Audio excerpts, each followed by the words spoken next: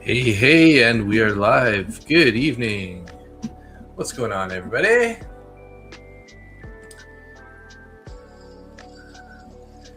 Just kind of sitting down, checking out the charts here. Looking like a whole lot of sideways action, unfortunately, but I guess that's what we got to work with today. Will, hey, what's up? Good evening. How are you doing?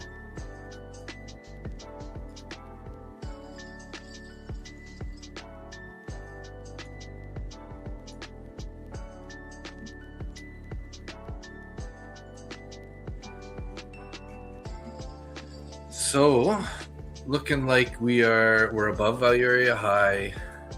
We are, well, previous day highs, got some room up there, but pretty much sideways action here, guys. Looks like we haven't really done a whole lot.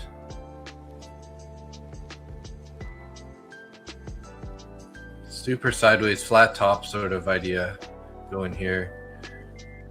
Price is curling up a little bit at the moment.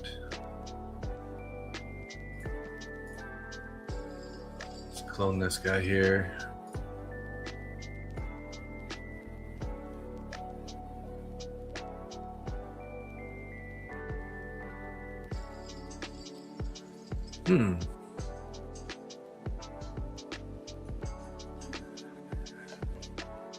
I'm good, thank you. Thanks for asking. Hey Tim, how are you doing?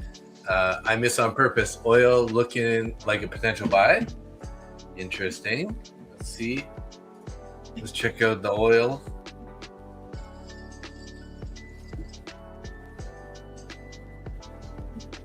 It's been showing a little bit of a couple green candles there. It looks like it's been pretty bearish for a bit though. Found support at previous day low. Am I looking at the wrong contract here? Maybe. What the heck? Contract expired. Huh, no wonder. I'm like, what's going on here? How come the price isn't moving? So MCL.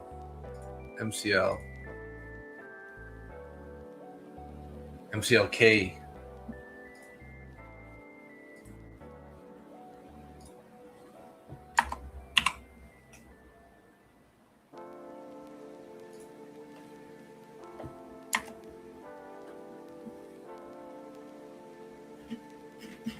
There we go.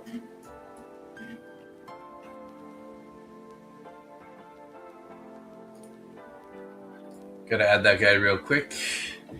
MCLK 26. There we go.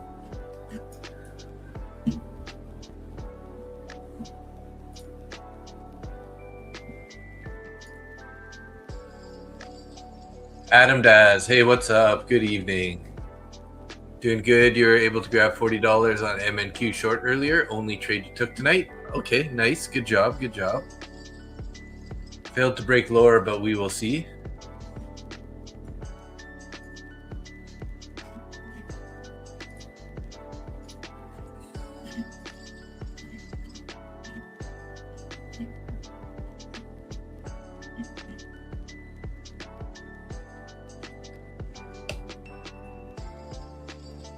Are they working together right now? I mean, these charts are between the equity and the oil there. They're almost matching a little bit.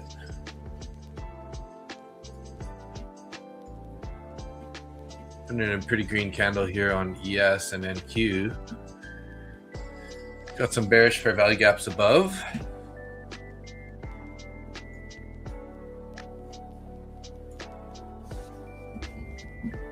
Yeah, I'm good. Thanks, Adam. I'm good. It's been a long day. I had a morning stream for about 2 hours, 9:30 Eastern time till 11:30, and then at 12:30 Eastern time, I started a real estate course, and I finished that 6 hours later. Then did a bunch of other work, fed the dogs, dealt with the chickens, fed the chickens, cooked dinner, and then finally sitting down. So it's been a long one today. It's been a long one.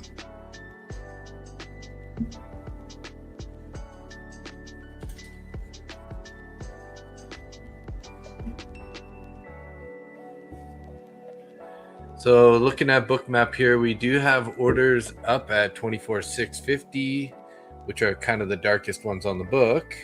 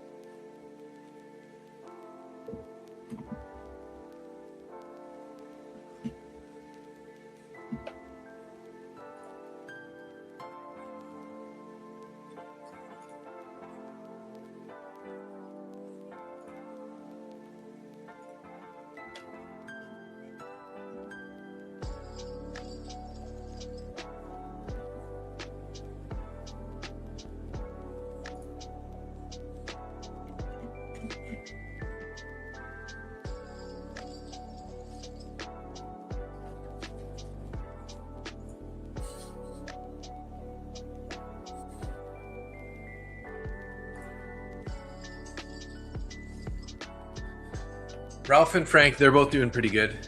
Ralph's just sitting over there. I had to feed him dinner not long ago, so. But yeah, he's doing good. This isn't right.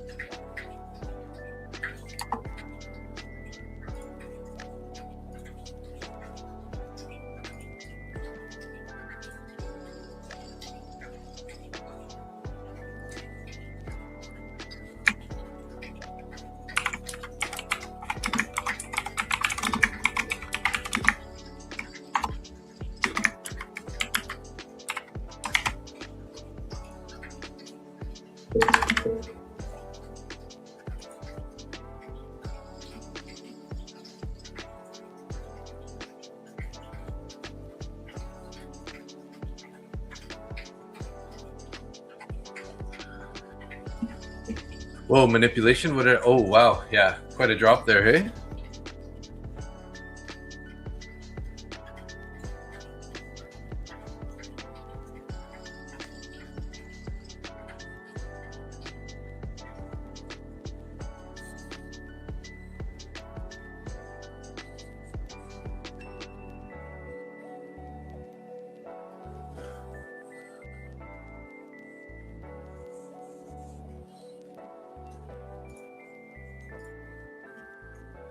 Well, until this price shows us something else here, I'm kind of leaning towards taking a potential short, but we got to get it sort of up to the high area here, maybe between 50s and 60s area. And then obviously we'll have to wait for some sort of a reaction, like if we power up really strong and then start looking weak, probably get a good short entry up there. No, you can't short it there. No, definitely not. And I mean, we're kind of in a bit of a upwards trend, but typically these guys do break down. But I would think we're gonna have to see sort of a manipulation to the upside first. But we'll have to see. MNQ's dropping. It's probably because oil's been trending up. What time was this? 1840. Yeah, it looks like at the point where oil started trending up, NQ's kind of been trending a little bit down, although we did make a higher high there.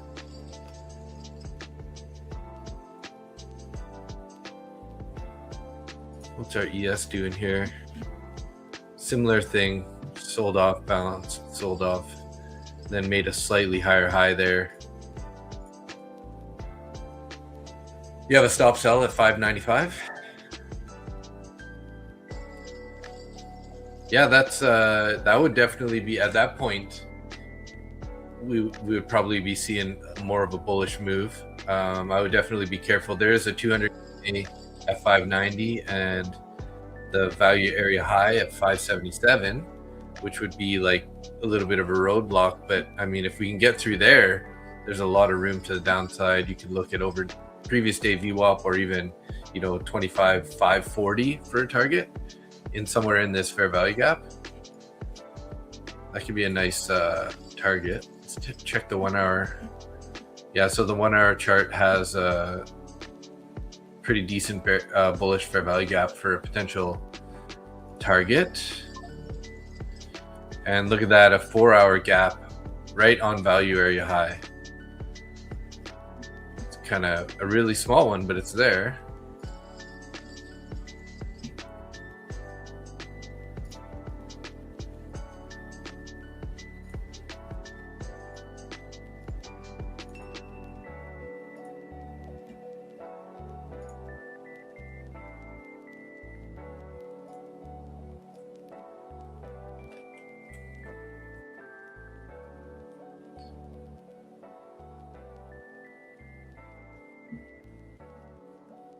Just breaking down below the overnight VWAP currently, but like I'm a little tentative to not really want to short it just yet in this area.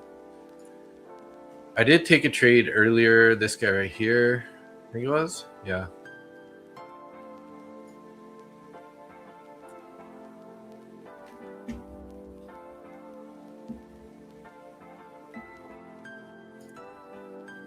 Oh, that's not, is that it?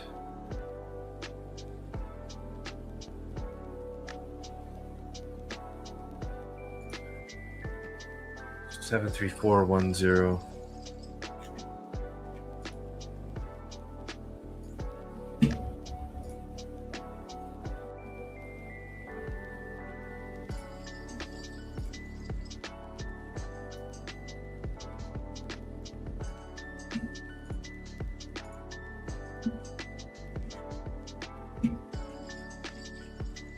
I did catch this pretty nice short here.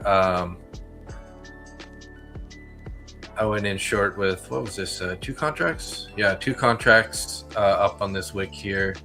Ended covering one at the VWAP here. And then covered my other one a little bit lower than that. Actually got caught in a pullback there. Didn't quite get what I was looking for out of this trade, but overall, pretty nice trade. Hey, Alfredo, how's it going? Good to see you. I'm doing pretty good. Flat bottom breakdown incoming. Yeah, we kind of have a bit of a flat bottom here. Maybe if we can get an inversion on this fair value gap, that might be a decent place to start.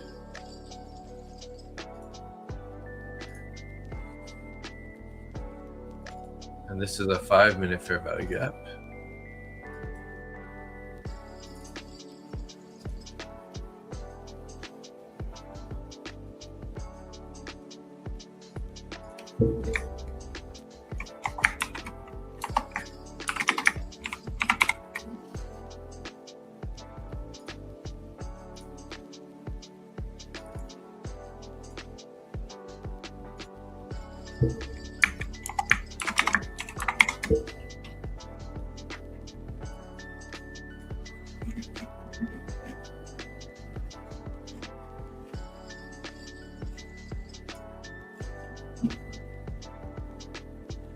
Which one? This trade earlier here? I just like the resistance up here that we had. We were kind of struggling up there. I was kind of waiting for a bit of manipulation of this high, and then we swept this high a little bit and then put in a pretty bearish candle. So as it was as it pulled way down, that's when I entered short. And then, like I said, covered there. I ended up dragging my second contract to stop around the same place, a little bit lower. So ended up getting out my second contract there. So just like I was watching bookmap, we had orders above. We kind of like swept into them and then rejected. Nice resistance up there. So that was just a signal to take an entry with a small, fairly tight stop, right? So it's kind of like fall off the sidewalk rather than off the edge of the building. It's an easier one. It's a smaller, a smaller stop also.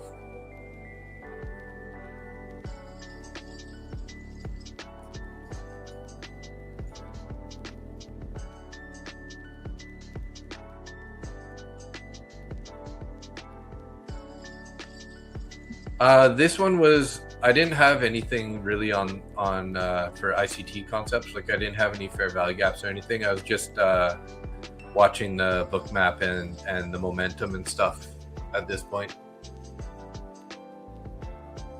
And because we had, also had a bunch of selling pressure up in this area in the New York session. But yeah, no fair value gaps on that one. Yeah,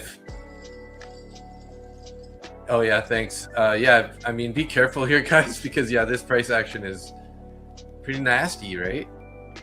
So I would tend to believe that, if we can get back up into this area is kind of another good trade potential.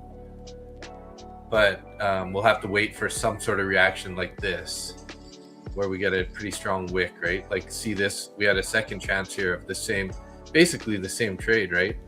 Ripped up, found resistance up at 660 and then just went straight back down all the way to the VWAP. So I would be looking for another sort of candle like this if we're going to continue chopping. Now, I'm not just going to blindly jump into a trade, right? But if this were to like bounce and head, back up here and, start forming another wick, like showing weakness on volume, on some volume anyways, that would be good.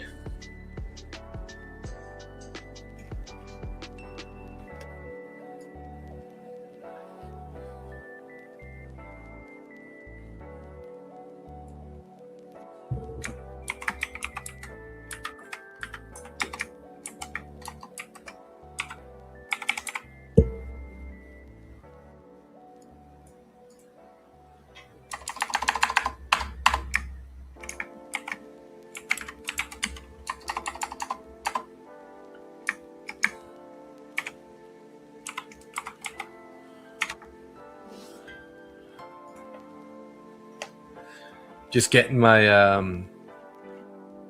my entry form ready, as if you guys saw the title, we're going to be giving away a Lucid account today.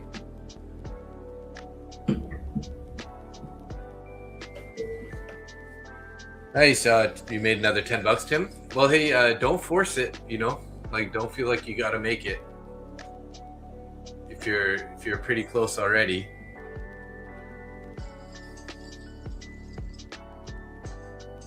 Yeah, this is where I always give back. Yeah, big part of holding on to the money is knowing when to trade it, right? So I would only be, since we're staying in this kind of zone, I would only be like shorting extremes, shorting the highs here, or potentially buying the lows. But again, this is, this could roll over into this fair value gap. So I don't think buys are really the right trade right now. Oh, you're over 100 now. Gotcha. Nice. Oh, my bad. I was like, don't force it. Don't think you have to hit $100 before you go. But never mind. I misread you there. So I'm feeling pretty good. Hey there, Silver Surfer. What's up? Using the other name tag today.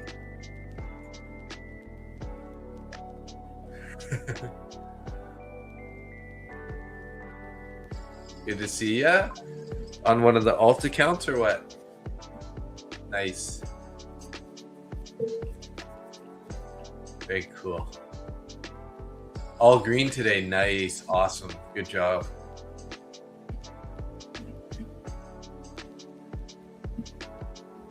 Yeah, I was down in this account here. I'll show you guys how this one was going. I was down today, guys, on this account. I was down 1200. I'm only closed the day down 300. So it's been a pretty solid stretch here. I took one trade this evening. I definitely overtraded yesterday. I think because I did so much. I took two losing trades that are about $600 losers or something. So I ended up scraping my way back. I definitely overtraded it, but luckily I came out on the good side of reducing my loss by like $1,000 roughly. So and I took one trade today in this account right at the open, made 167 after 3 p.m. or 6 p.m. East Coast. So I might think about trading this guy today. We'll see. I just got this other 50K open here. This is I ended up picking up a top one futures 50K flex. No, not flex. Is it a flex?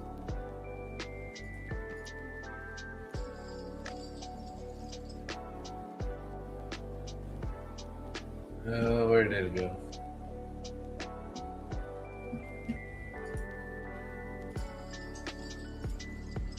Oh, I got to ignite. Sorry, 50K ignite with top one futures.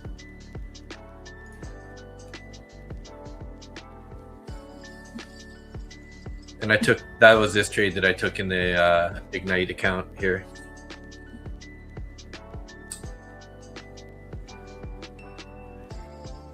Yeah, it could be a bull flag. Yeah, it definitely could be, just with this expansion here, and then now we're kind of going sideways. It could definitely be a bull flag. It's just how long are we going to chop first, right?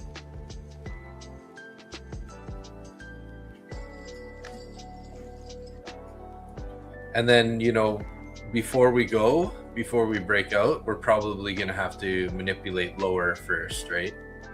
So if they sweep the lows of this, this 568 or something, or maybe this 543 area, if they sweep down into there and then go, that would probably be pretty good indication. But for temporarily, I'm looking to try to find weakness up at 24,650 area for a potential short, sort of back to the VWAP at least. But yeah, you're definitely right. This could totally be a bull flag. I mean, it looks like it is, right? So could even draw this a little bit different actually if we go back from this price action, right? Something like that.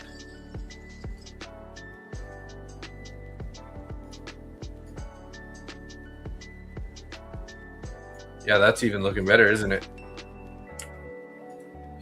But the only thing that worries me a bit about this is that typically when we have these like channels that are trending upwards, like more often than not, they end up going lower.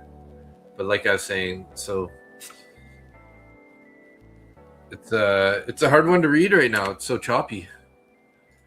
We got this kind of flat top highs. We're channeling upwards, which often rolls out to the bottom, not always. So that's why I'm thinking, like, if we do get a manipulation lower, then maybe they're going to rip us out through the top. Let's go, let's look for some targets on the upside here.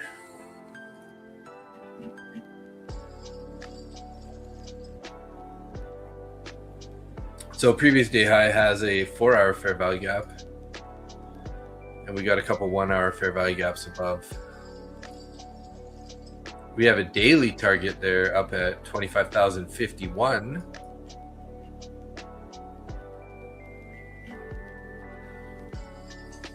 I usually don't really trade dailies though.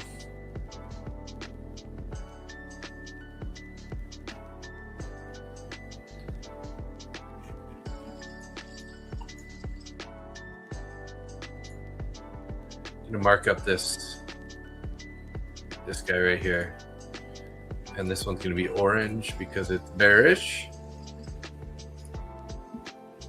and this guy's a 1 hour fair value gap.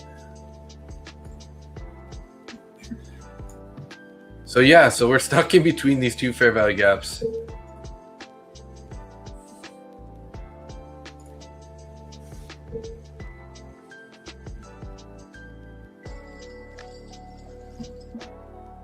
Hey, what's up everybody? We got 41 people in the YouTube channel and 5 people in X. Hey, welcome to the stream everybody. Thank you. I haven't really looked at my subscribers in a minute. See how many do we have now?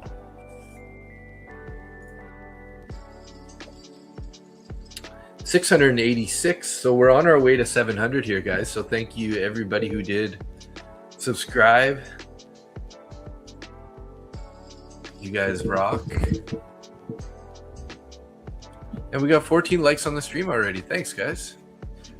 Very nice. You okay, Rob? You okay?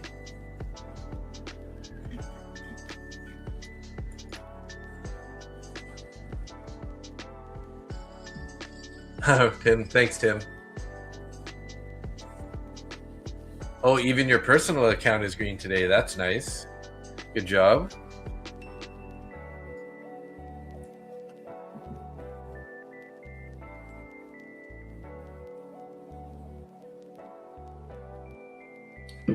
Drinking a little green tea tonight. So we currently have mostly orders below 608, 24, 608, 605, 602, and 600. So I don't know if they're going to try to take us down to 600 right away here.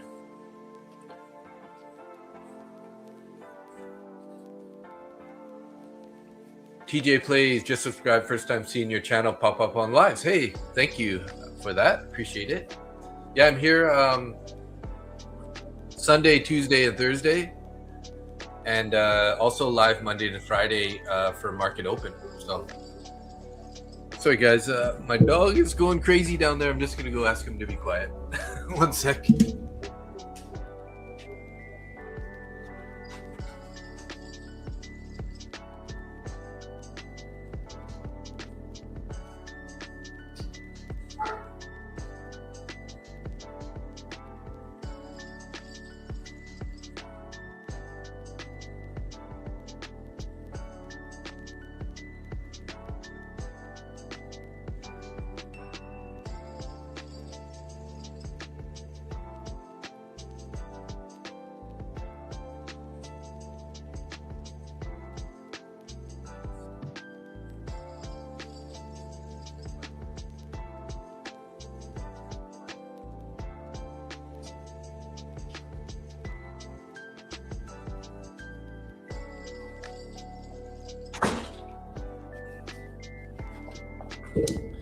Sorry about that, guys.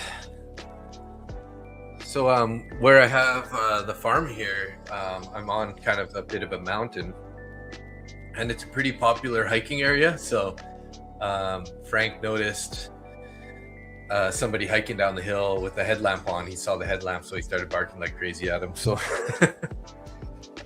Frank's a Great Pyrenees. He's like a guardian dog, so he's all over barking at whatever's passing by.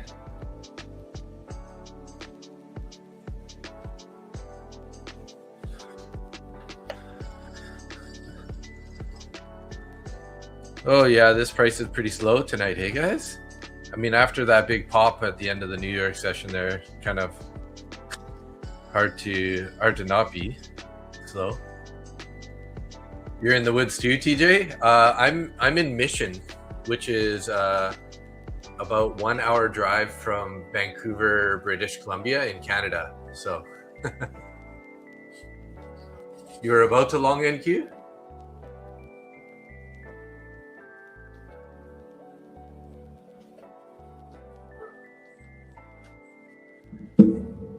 Yeah, until we get above the VWAP, I don't know that this is the greatest area for long. I mean, this could work out because we've been kind of holding this level, but you know, the risk to isn't very good right here. I don't think. I think I'd rather us to be up in this 1 hour fair value gap. And look at that, guys. Earlier I was saying, there wasn't an ICT reason for me to be short, but then now that I look back at the 1 hour time chart, we got a bearish fair value gap right there, which lined up exactly with where I was taking my short earlier. We dipped into this one twice and pushed lower off of it. So if we're going to be bullish, I wouldn't mind seeing some sort of a pullback with a bounce, because these guys typically do break to the downside, but not always, not a guarantee, not financial advice. You're in Mount Hood in Oregon? Okay, nice. That's probably not that far away then. Is it sort of like northern part of Oregon?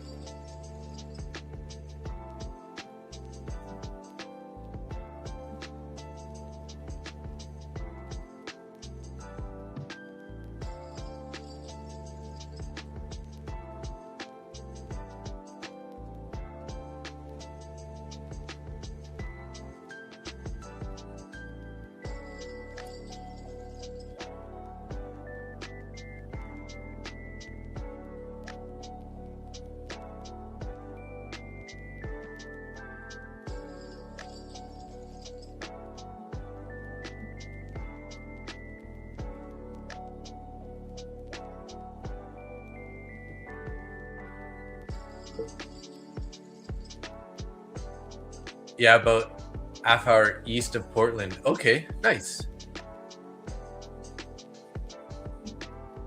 So you're probably dealing with some of the same rainy weather that I am right now too, or what?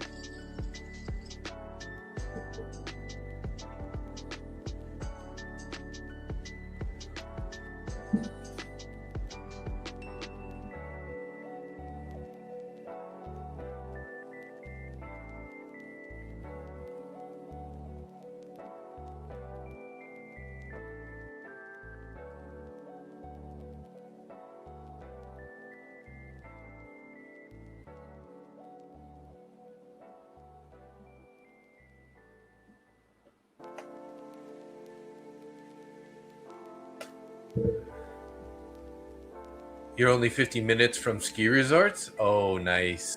That's amazing. I'm about a 40-minute drive to 40 or 50-minute drive to some ski resorts here too. They're just wouldn't really call them resorts, but they're like our local ski mountains. Cypress Mountain, Seymour Mountain. And then it's about like 3.5 hours to Whistler, I think. It's been a while since I drove up there, but it's a number of hours anyways.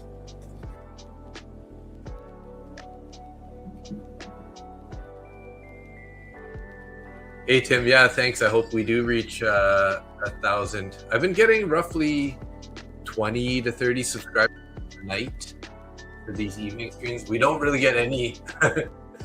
It's pretty hard to tap into the viewers on the New York session, just because there's a lot of more well-known streamers Monday to Fridays. So usually our streams are like, 10 people, 10, 20 people at the most.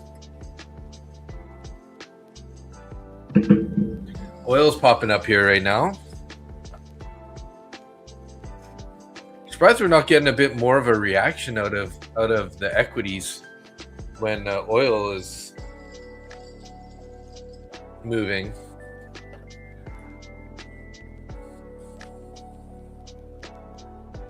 You don't ski, but you're about 20 minutes from Mission Ridge Ski Resort here in Washington. Nice. How's the snow been? Like, we had really bad snow this year for our mountains. Just not very much snow. I don't know if you heard about that or not, but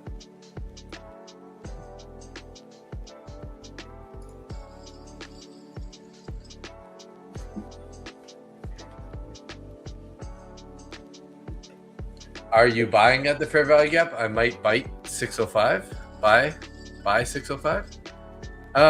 You know, I'm not really looking to buy this right now. I would be waiting more for like at least a push up into the 630, 640s for a short. But I would want to see us again like go up and sort of find some weakness in this area, or potentially even up to the 650, 660 area for a short. But I would want to see, you know, some sort of you know, some weakness showing up on the book map. Maybe the CVDs buyers are getting absorbed, and or like you know, forming some wicks, like some big wicks like that, right? These wicks were almost 10-point wicks on both of these two candles up here. So we had only one day and it melted off, so not a good snow year. Yeah, it's been a struggle, I think, for a lot of the smaller mountains anyways.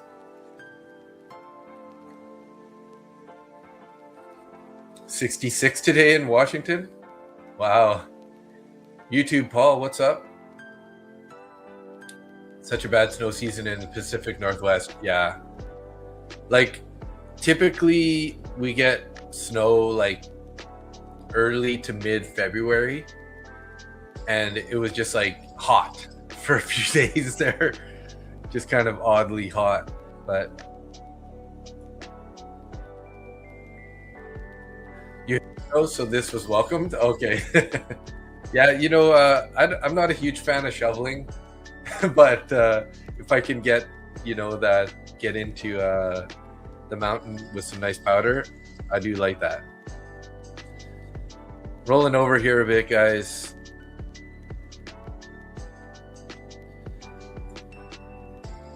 So there, we're finally getting a bit of a reaction to oil breaking out here, it looks like. I ride at Timberline, which is on the glacier, so okay snow, but overall one of the worst years in the last 10 years. Wow, yeah. So you pretty much got to go to the top of the mountain to get any consistent snow, hey?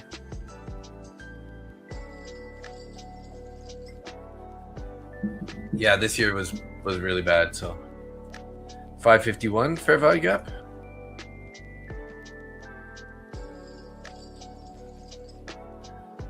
Yeah, this 5 minute, we got a big 5 minute gap here. 583 down to 524. It's a big one though.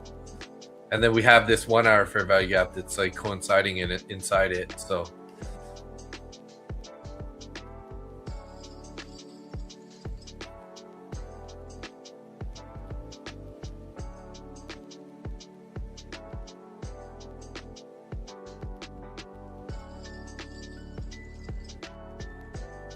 oh, 551 is a median. Gotcha. Yeah, you're right. Definitely.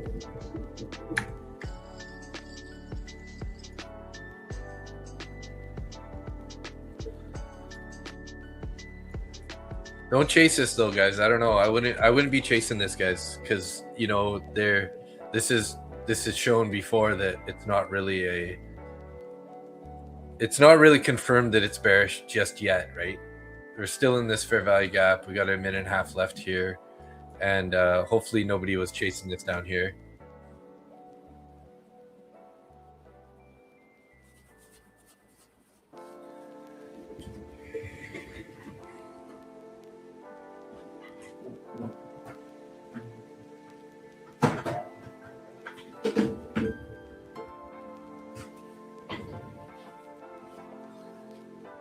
You rolled your crude, volume was almost nothing. Oh, it's now on K. Yeah, exactly. When I was on the other contract, it was showing me like a red symbol at the top of the screen saying that it's wrong contract.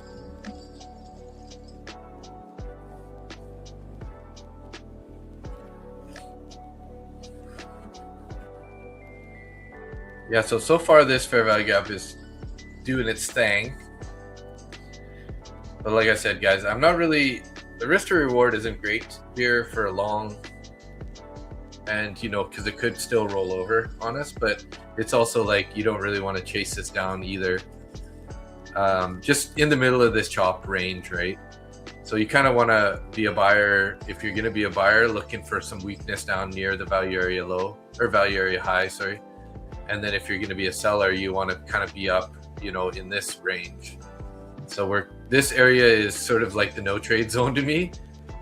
Pretty large area where it's just a whole jumbled mess of price action. So you're sitting in a couple more longs from today's lows. Already took profits on a few positions. Nice job. If you're still holding those, that's beautiful. Yeah, any buys down here is pretty nice. Nicely up by a couple 100 points.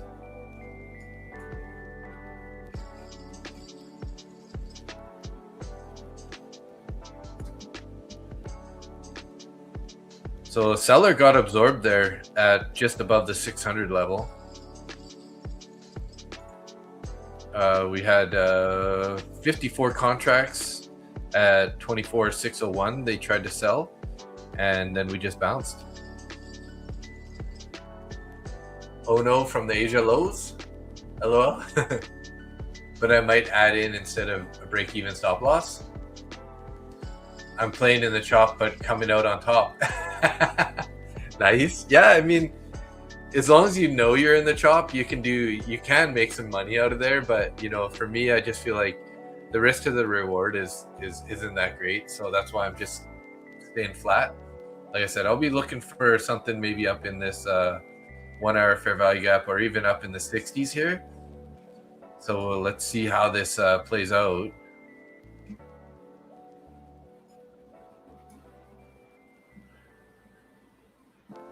Because we do have a couple bearish fair value gaps above, plus this 1 hour. So I'll be looking for some weakness up here to potentially short it.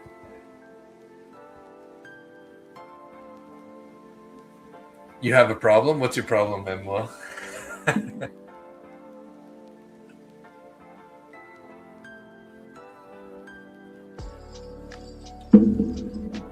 You like to make rhymes or what? I don't think it's a problem. It's fine.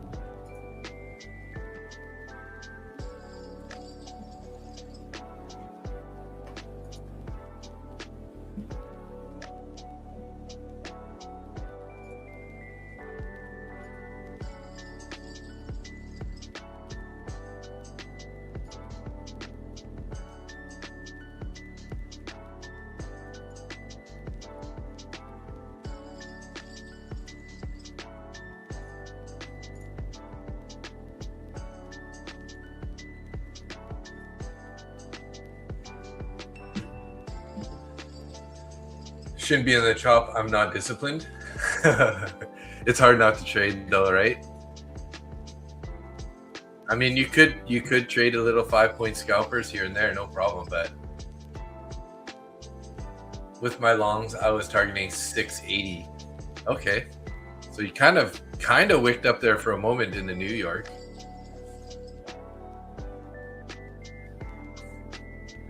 Pretty bullish candle at the moment. Volume is increasing here too, it seems like. We've got a minute and a half left on this candle here. So like I say in here, be looking for some weakness up in this area.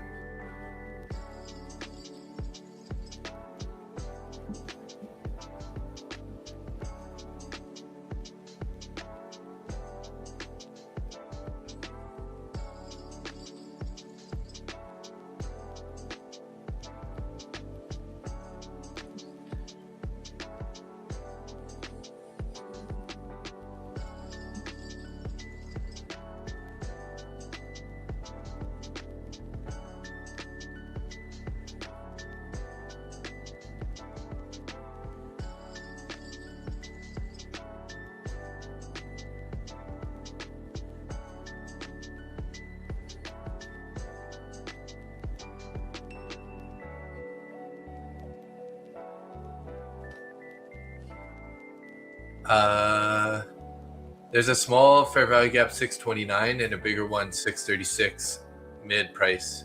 Dumb money, what's up? I don't know. I think it's because last couple triple witching Fridays I was short and the market was actually pushing up for a big part of the day. My brain's like, don't be too short biased. Yeah, for sure. I'm not trying to be too biased, but just trying to read current, like what I'm kind of seeing currently. So we have orders up at 24,650. Tomorrow is quadruple witching. Oh damn! So expect some volatility tomorrow.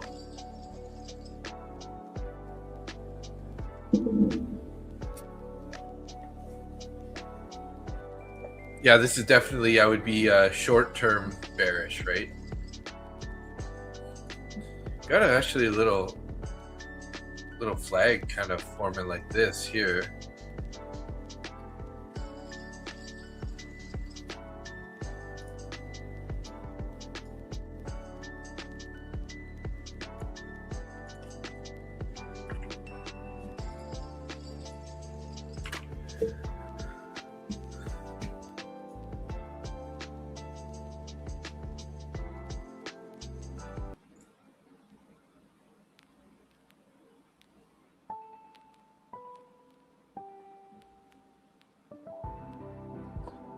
I know, right? It's like you could draw so many times, so many different patterns with this jumbled mess of price action here. There's so many like channels and flags and all. So it's kind of like, that's one negative thing about a discretionary thing like a channel or a bull flag is, you know, it's discretionary. So you see touch 629 and rolled back.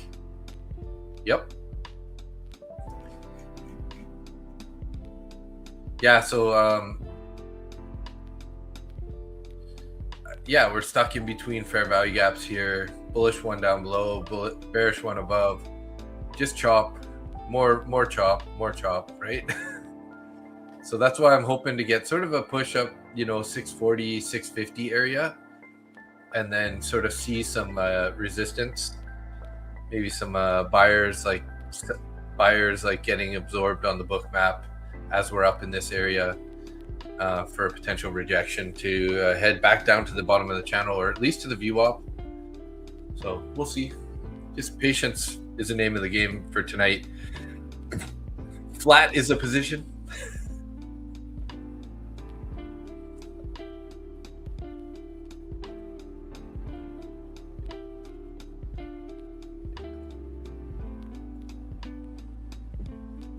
I feel like I should lower my camera just a little bit. There we go.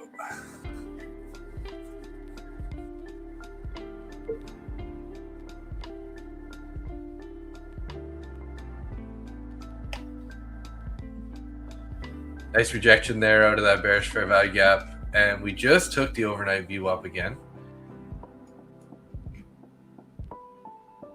But this is typically a pretty strong take of the overnight VWAP. So I'm a little surprised that it's coming down here. Let's see if they don't form a wick. I hope they can get it up here and then show us some weakness. I want to see weakness up here. J-Duff, hey, what's up? How is Bitcoin looking? Bitcoin is 70K right now.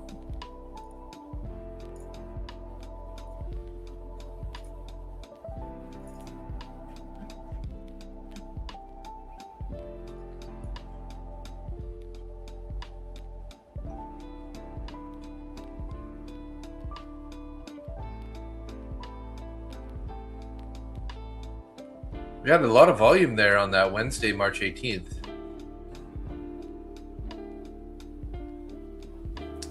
Bitcoin looking like it's trying to break out. We just made a new high. We've been making higher highs and higher lows. But then there's a whole whack of bearish fair value gaps here. Some 1 hour fair value gaps above. We got 20 minutes on this candle. we'll probably end up heading up to 70,992 if we can invert this 1 hour fair value gap right here in the next 20 minutes. If we can get a closure at 654, 70,654 in the next 20 minutes, see us definitely continuing a little bit more bullish. But I'm not really trading Bitcoin, but happy to take a look at it for the chat. Just keeping an eye on the oil right now.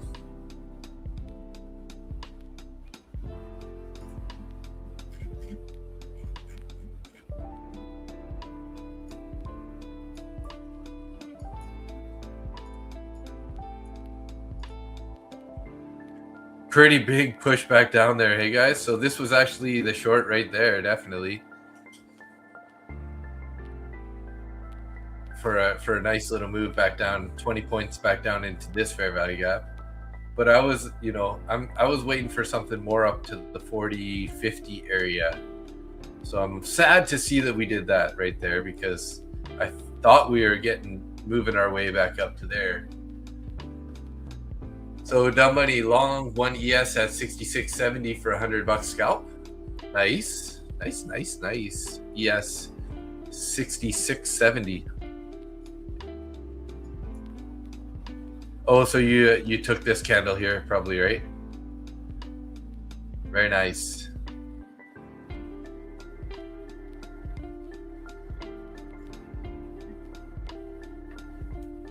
Sweet.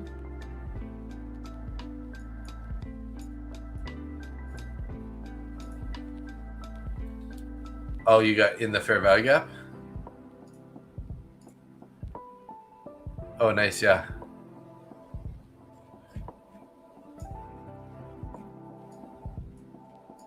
It's looking good. Looking good.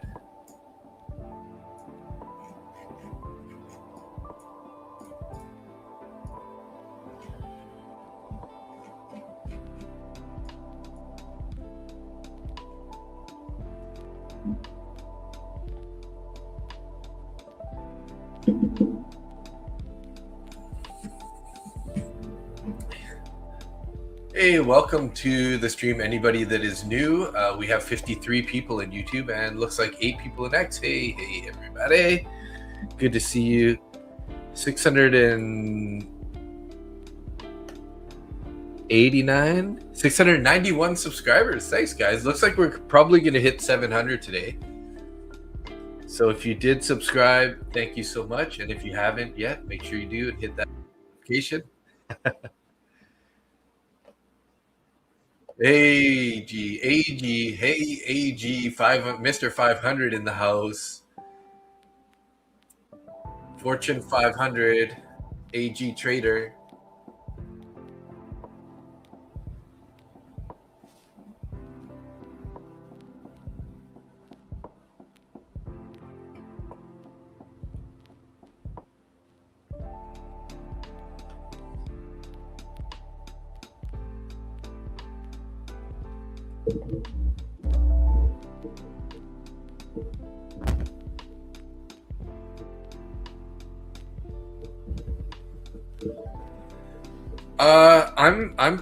I'm kind of waiting for a bounce up into the around the 650 area for a short idea at the moment. Don't want to play in this chop, but we've been finding resistance up in this 655 area. So I'll be looking for a price to get up here, and then get a little bit of weakness, showing us some weakness, like some big wicks or maybe some absorption on the bookmap.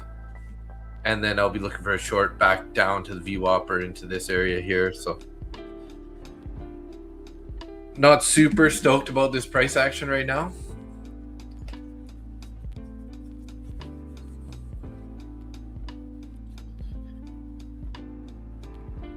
Maybe if we were to break down a bit and find some support in this area too, this could be a potential long, because we're kind of just keeping in mind that we're in chop, right? So you're gonna have to be pretty tight on your stops, right? Don't let it go too far, because it could end up being the one that breaks out, right? So that's why I'm kind of leaning towards getting a short up here, but we'll have to see how this plays out. I'm just being patient at the moment. How's gold looking today, guys? Let's see here. When does the gold contract roll over here? Maybe it's like next month. Gold's been pretty strong. Kind of nice J pattern there.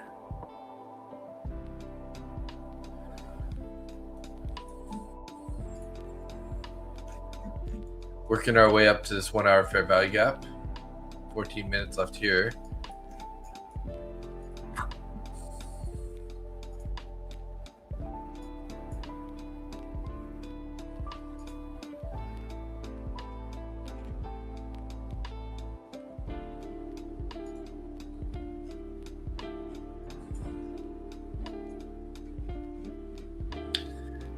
Gold's looking bullish, but I mean, I'd probably be, you know, if you keep an eye on value area high there, 47.17. If we get a pullback and then find some support there, it could be a potential entry in this area for a long continuation.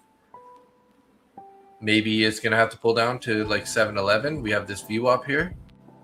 So if it does, it looks like it's trying to roll over. So just be patient, wait for some sort of confirmation in this area that we're going to actually reverse. Don't just jump in a big red candle. But yeah, it's looking pretty bullish.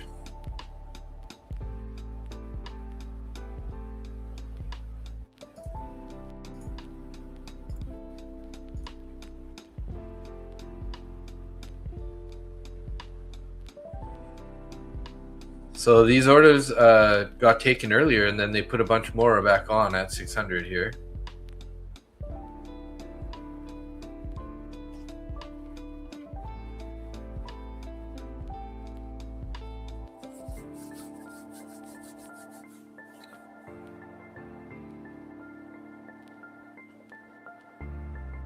I haven't decided yet, but maybe 9 or 9:30 ish. We'll do that giveaway. We're gonna give away a 25K Lucid eval. Let me just log into my log into that dashboard.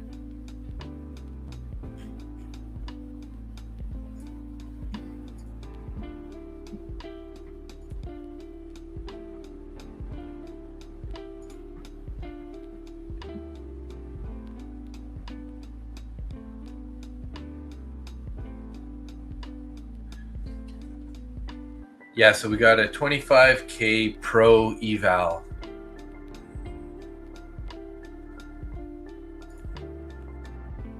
So one of these guys right here. There's a flex.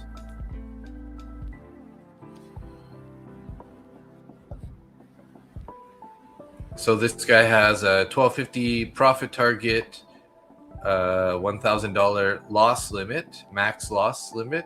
End of day drawdown, daily loss limit is none, and a max size of 2 minis or 20 micros. No activation fee, and you can pass it in as little as 1 day. Once you get to fund it here, payout profit target $250. So you got to get to your buffer, which is, I think it's 12.50, and then once you get 250 above that, you can get your first payout. Daily loss limit is none, below initial trail,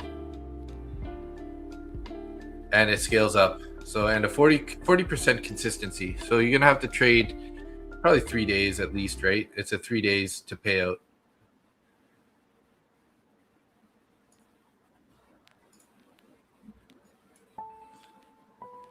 Finding support here in this 607.50, 606 area.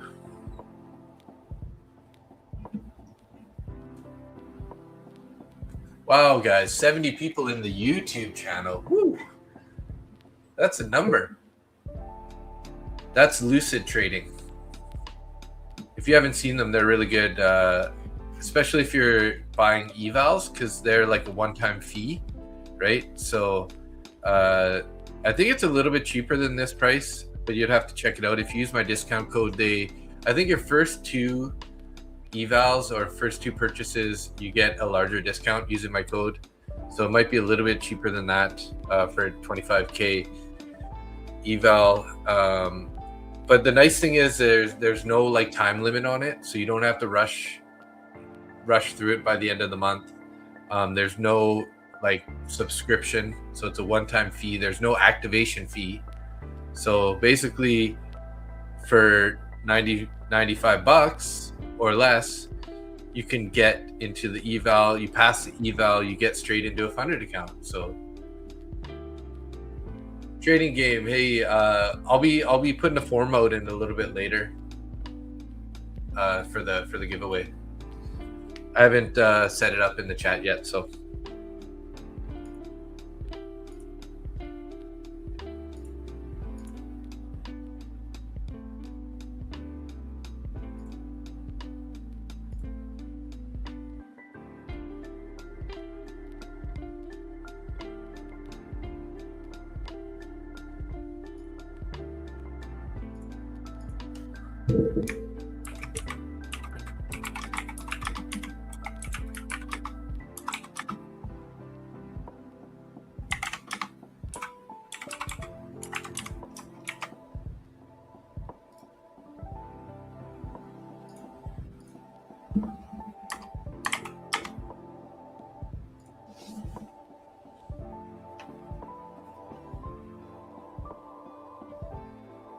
Shannon, hey Shannon, I will be posting a form in the chat in a little bit, so I just haven't put it there yet. We'll put it in the chat for probably about 15 minutes before I do the giveaway, and then give the chance to people who are sticking around in the stream a chance to enter, and then we'll be doing a duck race to decide the winner. Good old duck races.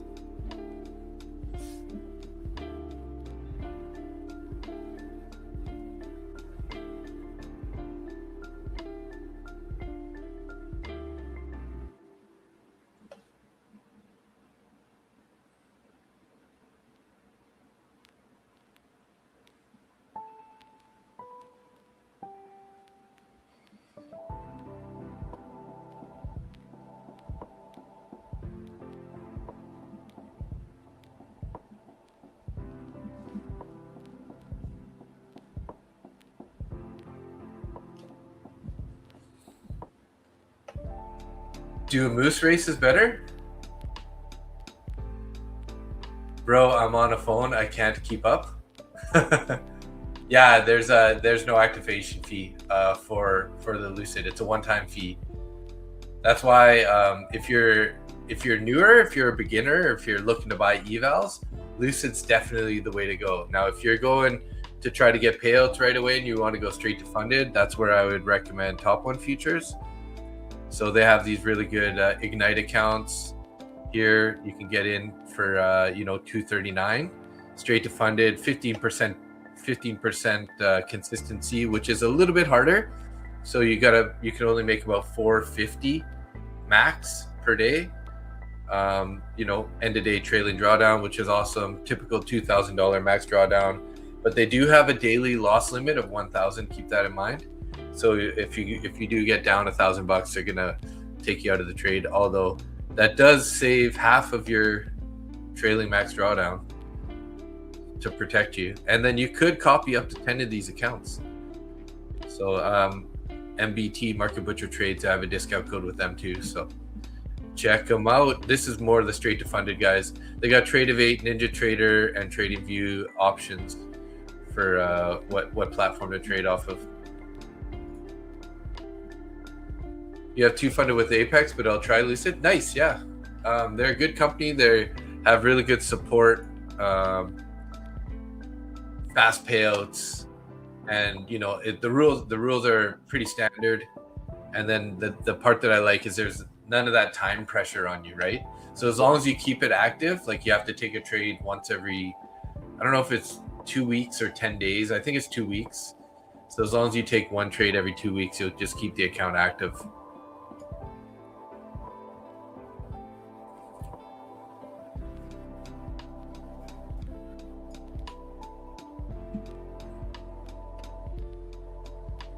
So we'll be watching this 24,600 level here, guys. If they end up taking this with some momentum here, oh, look at those 95s just came off, or whatever, these 98s.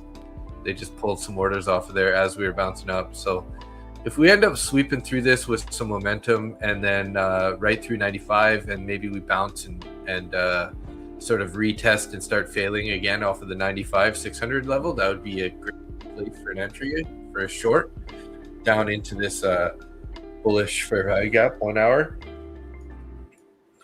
fair value gap here. So you have two, I take 50 a day, 50 trades a day. Whoa, that's if you listen to what the prop firms are saying, that's a way, that's what they're suggesting is a way that a lot of people are losing their accounts is from trading too much. So over trading.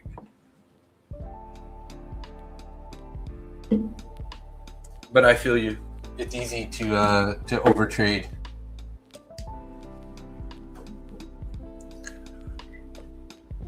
Like on this yesterday's, this was the most trades I'd taken on this account.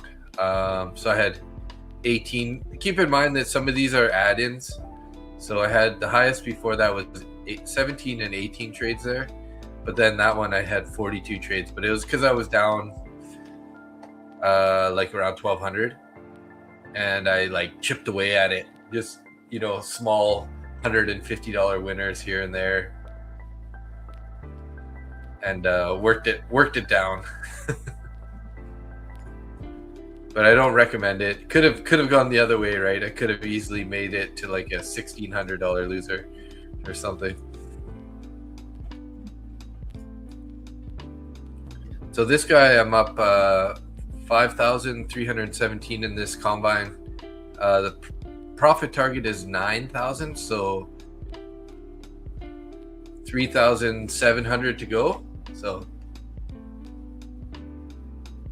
I have copy traded in the past. I'm currently not, just because in the start of the new year, I kind of ended up blowing a few accounts that were copy trading, and if you see price action like this, I would recommend to not copy trade, right?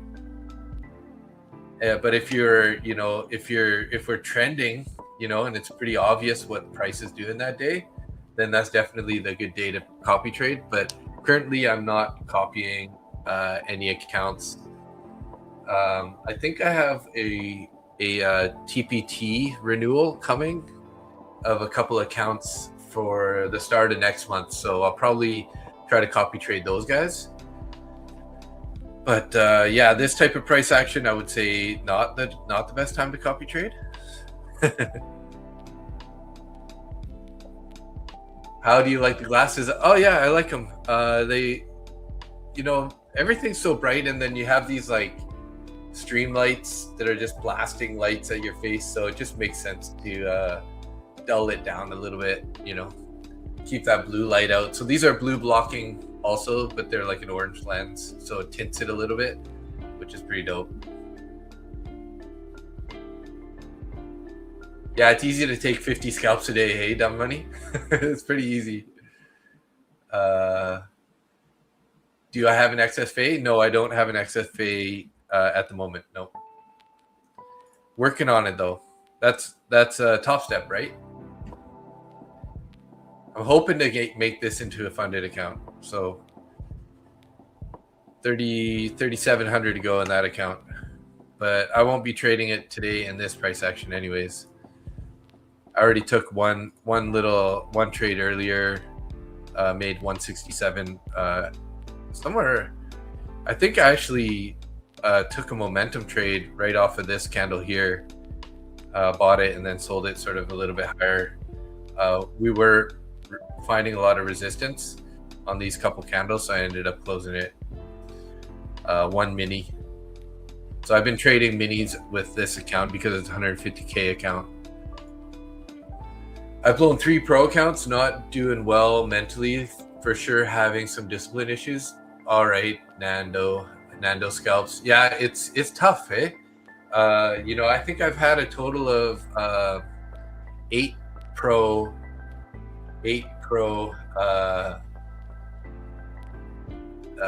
take profit trader accounts, and I don't have any left right now. So I had 5 funded at the start of the year, and then in January I just tilted because I went into like a losing streak and ended up blowing 5 TPT accounts that I had just got funded not long before. So sucks.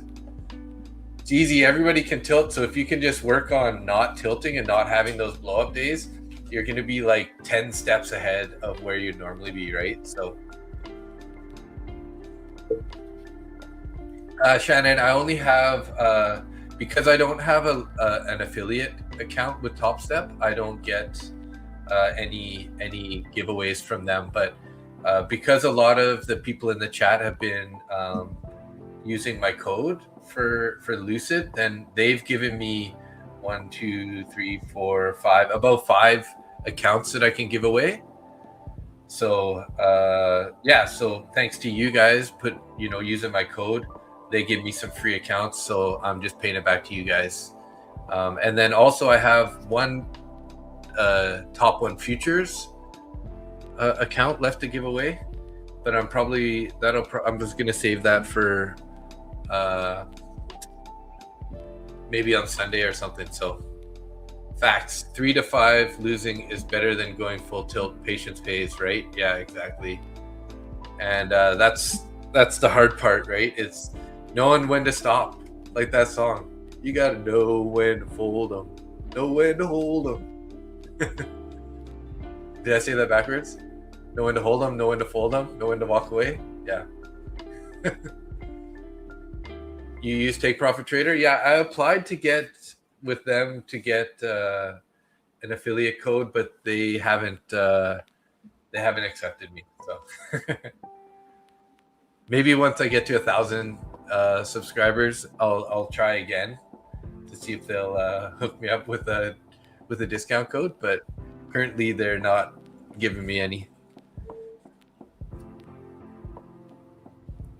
Yeah, my strategy is sort of a volume profile, VWAP, and then intertwined a little bit of ICT. I don't use a whole lot of ICT. I usually just use fair value gaps, inverted fair value gaps. Those are typically what I use for my entries. But and then the levels are just volume profile.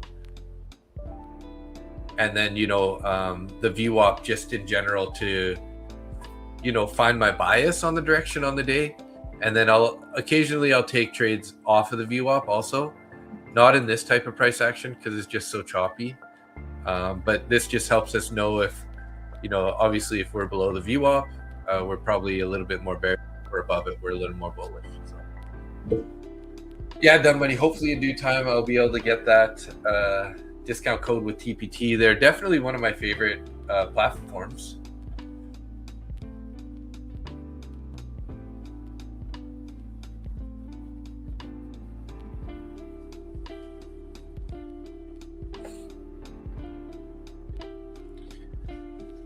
Guys, I just gotta run to the bathroom real quick. I'm gonna turn my camera off. I'll be right back. I gotta figure out how to do like a be right back in my camera image. I don't know if it works, but we gotta.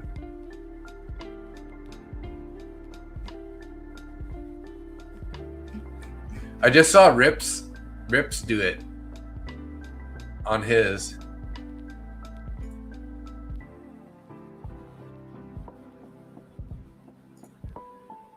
So he's probably using OBS or something else though. So, okay, guys, I'll be back in a few minutes. Bear with me.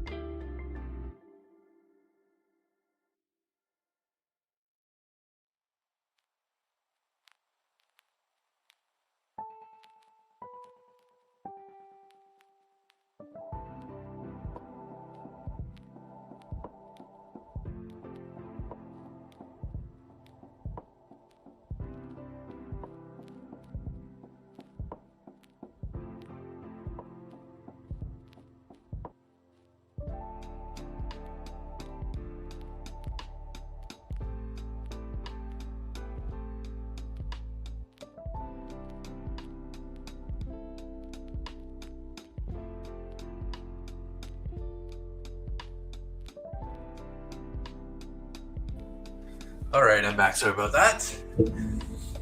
TPT's been getting a lot of hate lately. Really? What about? I haven't heard any. They've been rejecting a lot of payouts or something.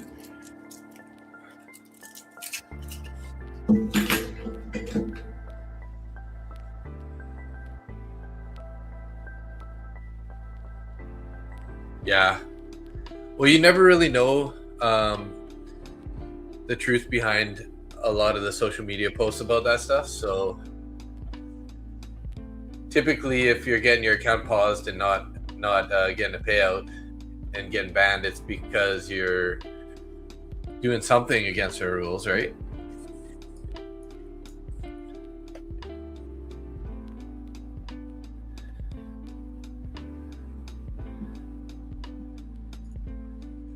I think somebody had posted a video in the Discord about it was about Apex, not Take Profit Trader. But Lilish Borker posted this before. I'll just copy it so you guys can check it out. But check out this video. It just kind of explains like the prop firm's point of view of why they end up pausing or canceling accounts or whatever, right? So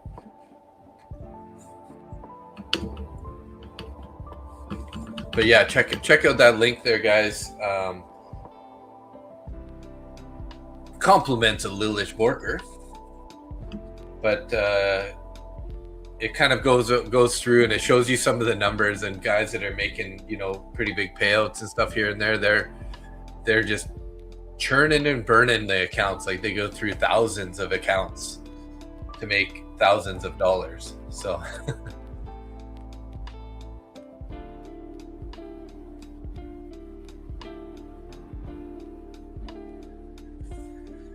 you think most instances were about hedging on two accounts, so definitely understandable. Yeah, I mean, there's always that. I know that Top Step was, you know, they came under a lot of pressure from when metals were going so crazy there that they ended up sort of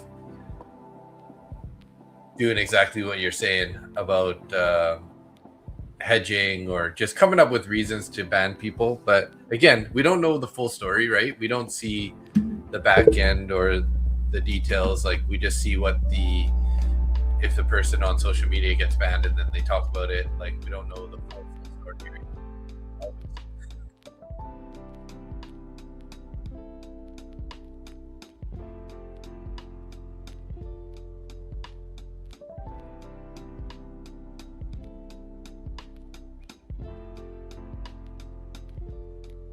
PBOC interest rates 5-year actual 3.50, forecast 3.5, and previous no change there. That was 1801. I think my financial juice might be a little bit behind. Let's refresh this back.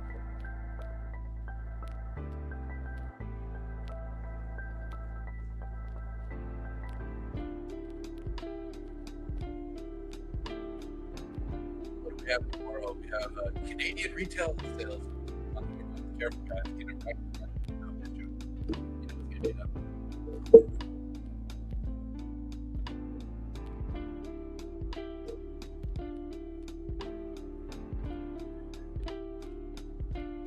But you guys said there's a quad witching tomorrow, so we'll have to see. We'll have to see how this ends up playing out. So again, bounced up this trend line that I deleted off there earlier. This Tory tan line here. What is that? 1, 2, 3, 4 touches off that.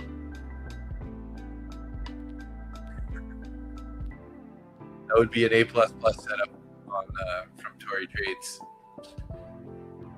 But I think she usually uses higher time frame stuff, so this probably isn't accurate.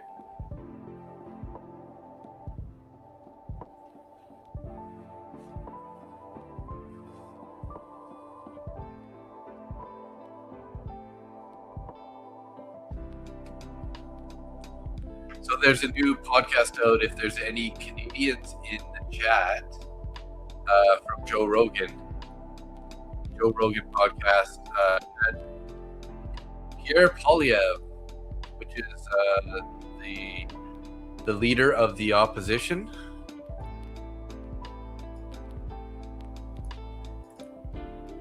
So definitely, if you guys are Canadian and care about politics at all, check out Pierre Poilievre. He's going to be our next prime minister, dare I say.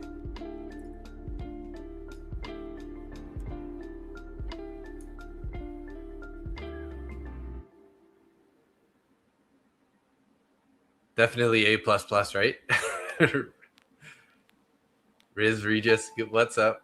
Rizzy Regis, sorry. Why is every Finn streamer talking about Tory trades lately?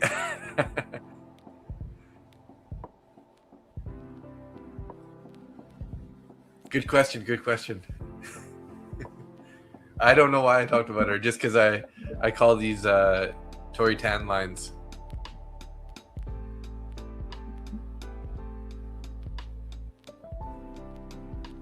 Fidel Trudeau is out in a yacht somewhere with Katy Perry. Everybody's talking about Tory, yeah. Well, I mean, she's one of the most well-known traders out there, so I could see why she would come up.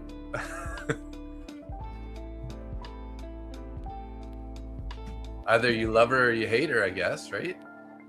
Wow, guys, we got 73 people in the YouTube right now. Thank you, everybody. And looks like about 8 people chilling in X. Yeah, she makes a ton of money on her channel. Like, I tuned in a long time ago. She was doing some like day course thing, and there was like 10,000 people watching. I was like, are you kidding me? Like, wow, this girl. You know, she's got a pretty basic strategy, and you know, I find that, you know, if you can keep it pretty basic, there's a good chance you're gonna like have somewhat of a winning strategy, right? If you go too far with you know everything, it's a little too complicated inside your head. You're gonna double, you know, second guess yourself and whatever. So yeah, the trend lines, yep.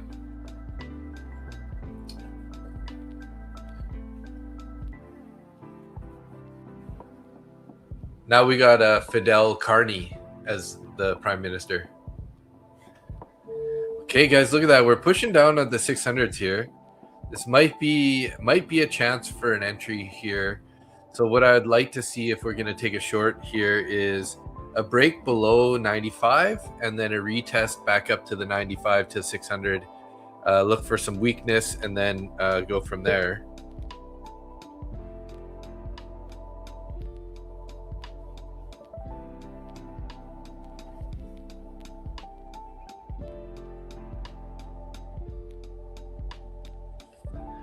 So I did finally get the payout from Lucid into my bank account. Just checked it right now.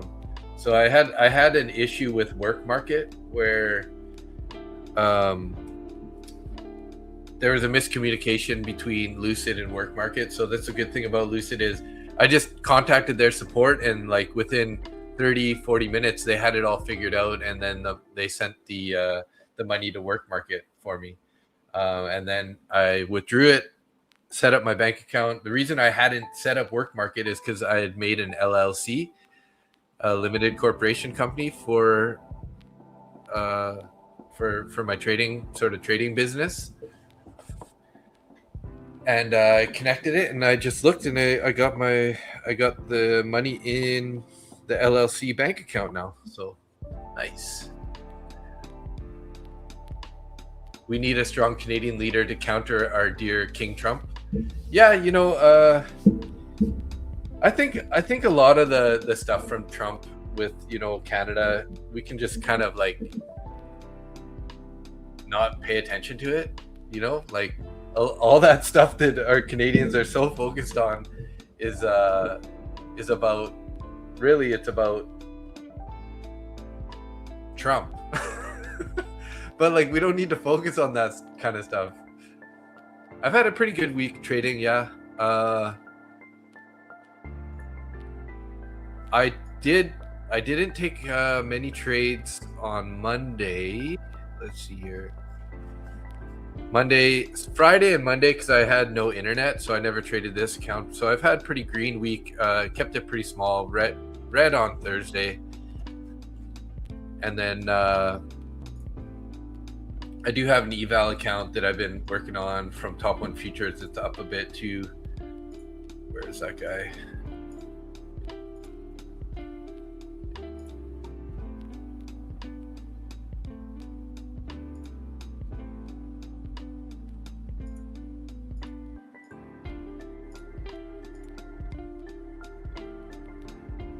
Thank you. I just feel Canadian just gets pushed around easily by Trump administration. Yeah, well, it's because we're not set up to be a powerful country, right? Like our current government wants to keep our oil and our minerals in the ground, right?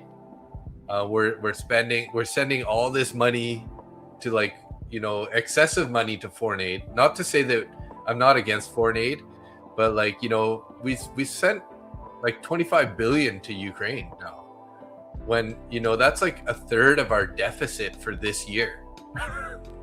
So it's like, at some point you got to be like, look, we love to help you guys, but we only have so much money to give, right? So we have some serious issues in Canada. I like Pierre Poilievre's point of view, because he wants to, you know, get oil to the Asian markets. He wants to start fast tracking some of these mines and stuff, and you know, just sort of build a reserve, also like an oil and a mineral reserve, which would be a great bargaining power. So he's got a really very common sense approach to it, and you know, he's kind of trying to stop us from oh geez, guys, we might have that rejection there.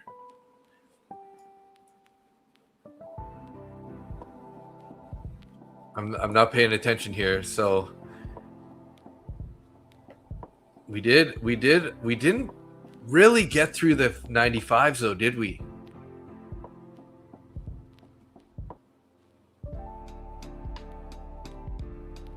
So I'm gonna have to wait for a little bit more. We'll see what happens when we get to the 200 EMA before I'm gonna jump in on the short here.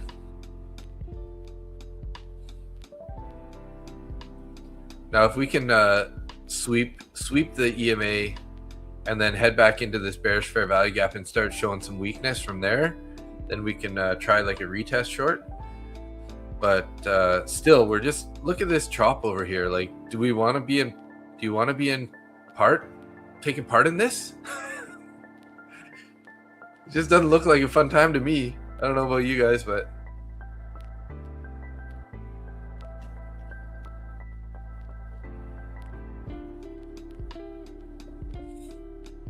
EB surprised you? Started talking about building another refinery. Not my guy, but good idea is a good idea. Yeah, well, EB's like on his last legs right now with the whole native Indian land grab in British Columbia. So I wouldn't be surprised if he would start backing something like that, because he needs to like, you know, get some people back on board, because there's been a huge wave of conservative likers in British Columbia. So I never heard that he was talking about building another refinery, but yeah, that'd be amazing. So I think we're going to see a retest of the upside. Big wick daily candle yesterday. Maybe tomorrow it will be bullish. Yeah, it could be. All right, so we did break the 95s here, guys. So now we're kind of getting into bearish territory, like where we could potentially take a trade here. So now I'd be kind of looking for a retest back up into the 600s here, into this fair value gap area. See if we can, we'll keep an eye on the bookmap here to see if we can spot some weakness. Price is trending down. CVD is trending down, so we don't have any divergences there. ES is almost sweeping the low. It's looking pretty similar though, so.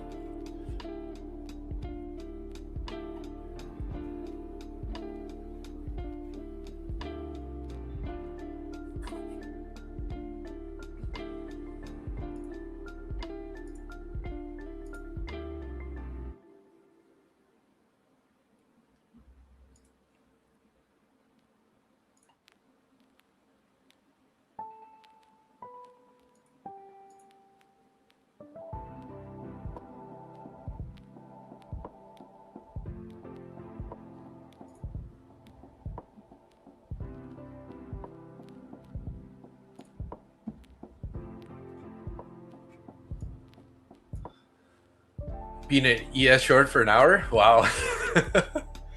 I think I've been in the stream for more than an hour, hey? Oh, we're at 9:25. Okay, guys, and we have a decent amount of people in the chat right now. So I'm gonna post that that form if you guys want to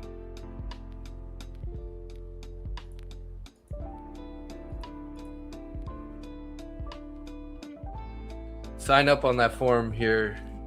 Let me just get this, copy this link.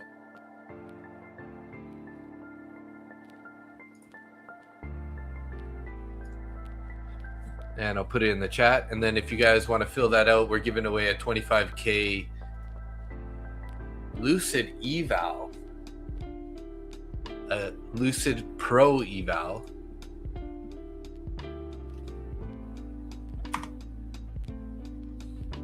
So I'll leave this form up here. I'm gonna pin it to the top of the comments here for about 15 minutes or so, and then then I'll take the form down and we will run the giveaway shortly after that. So pin this message.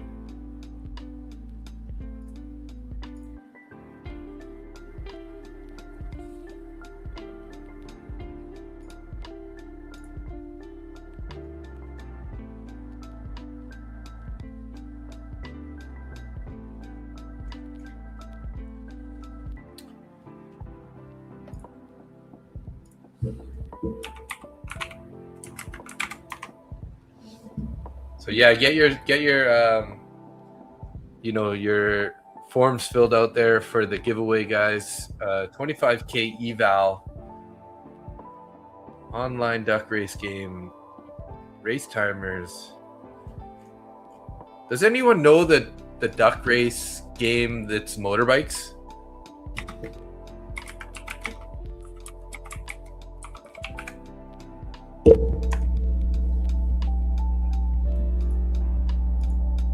Motorbike race timer? Oh yeah, there we go. Nice. We're doing motorbikes today, guys.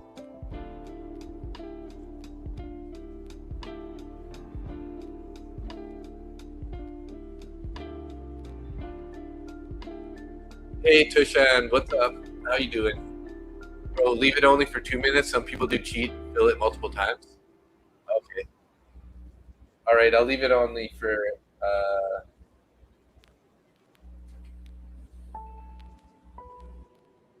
I'll leave it till 9:30. That's a valid point. Drew's 69 Malibu. What's up, bro? Good to see you. Tiger Eyes 44. What's up? Welcome to the stream.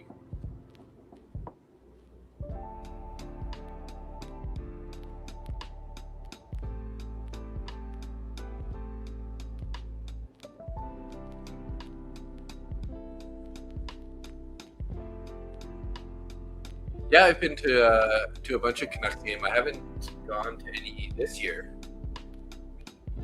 but last year I did a couple. What are you doing?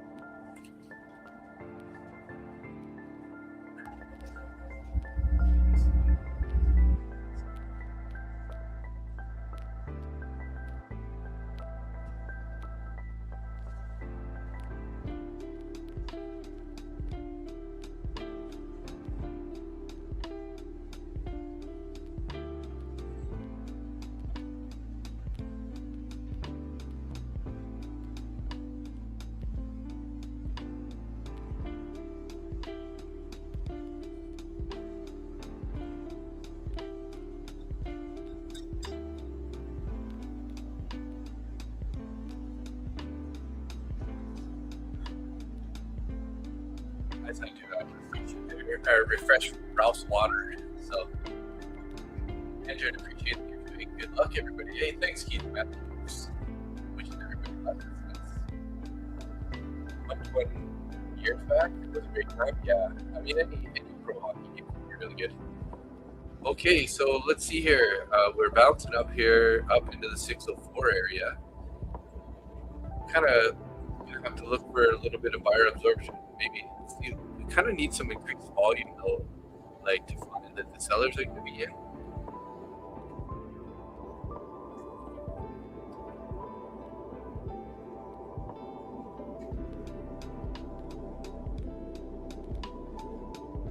Are getting a bit of a reaction there off of the 90 MA plus under back at. But it's not a very. I wouldn't mind us like getting a bit more of a wick up there.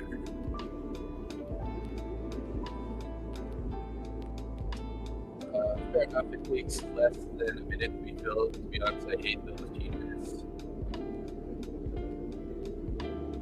And I can assure you that you'll get more response more than your current viewer if you leave it more. Well, I don't know, because one of the last streams I left it for, I don't know, an hour or 2 hours or something, and then we didn't have that many responses.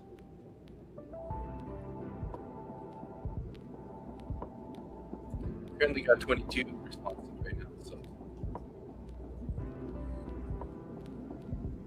why is it name in the chart?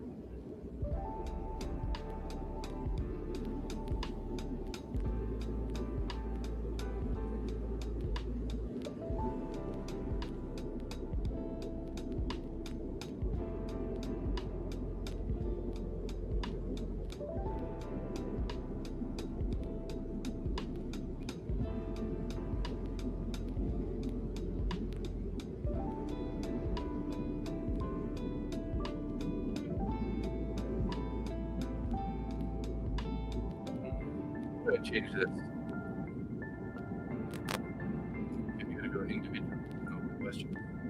Name.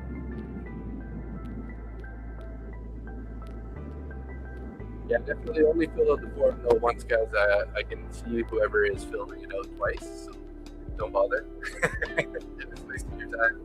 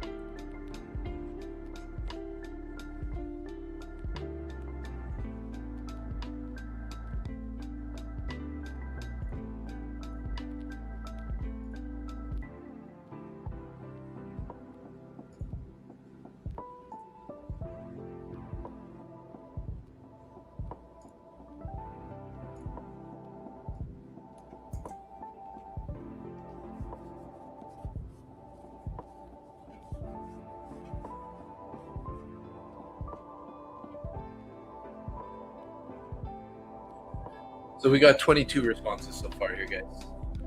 Let's see. 21 responses.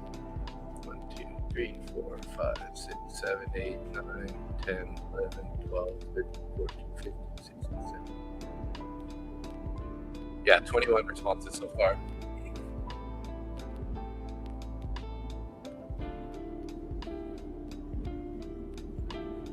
If not winning, my duck will be on the dinner table tomorrow. We're going to do the motorbike race, so I'm feeding my duck this whole time to win.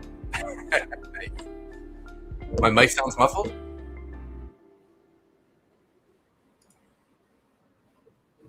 Oh, yeah, it does.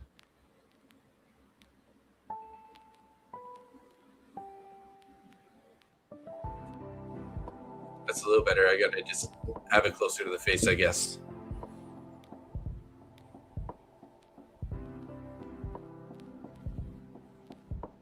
Still not very good though.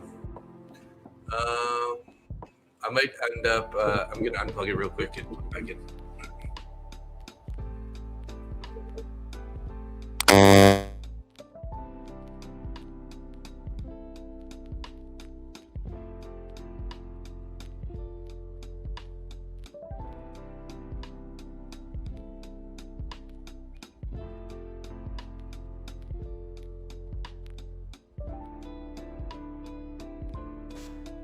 There we go. Let's see.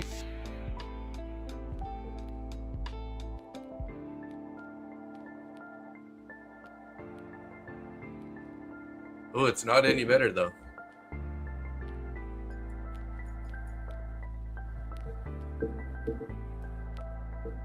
Oh, it's not bad actually. There we go.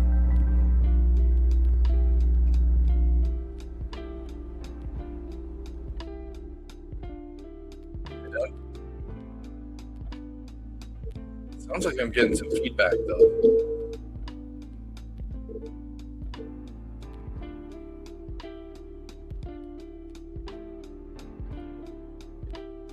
Weird.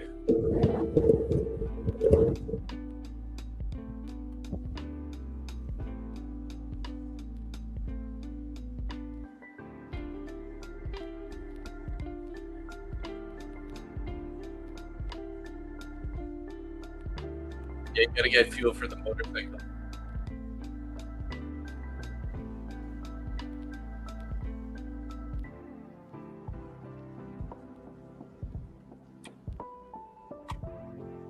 Well, it says it only lets me enter up to 6 names. That can't be right.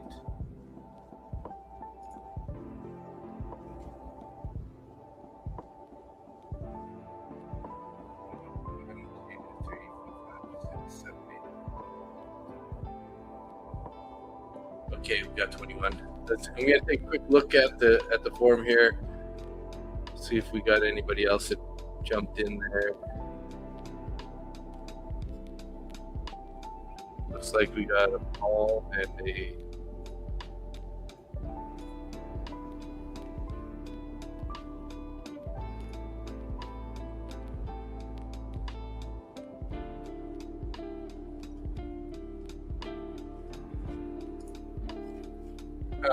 might have to do the duck race. This one it keeps clearing the list back to only 6 names. That's no good.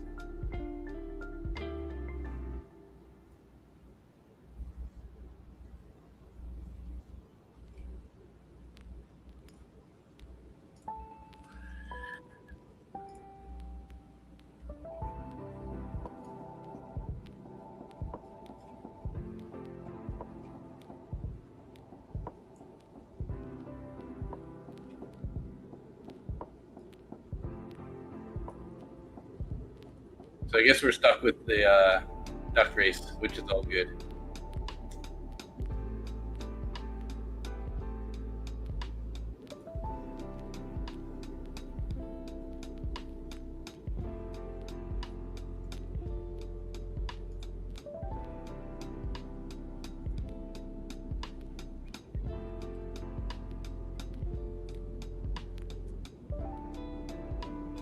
Okay, hey, let's do it. Let's get the fun. Let's have some fun. Since the price action isn't being very fun here, then we get to full screen.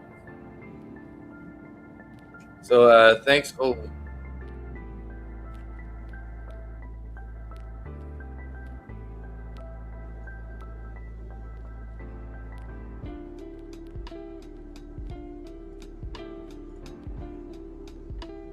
Okay, I'm gonna grab the names one last time because it looks like somebody else signed in there right at the last minute. So this will be my last one though. There we go. Yeah, my mic does sound weird though. I don't know what the heck's going on with that. Okay, set it to 1 minute. Shuffle these characters around a bit.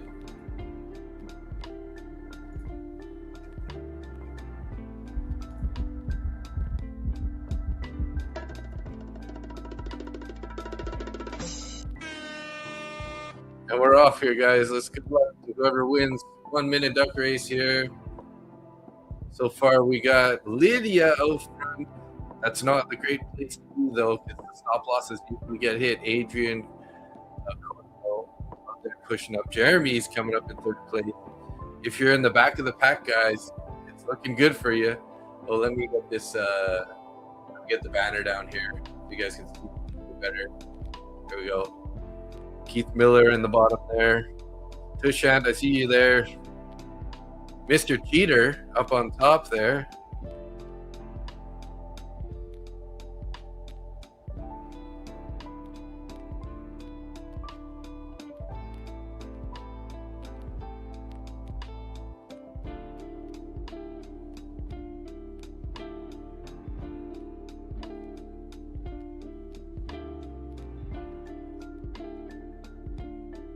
Looks like Jerry's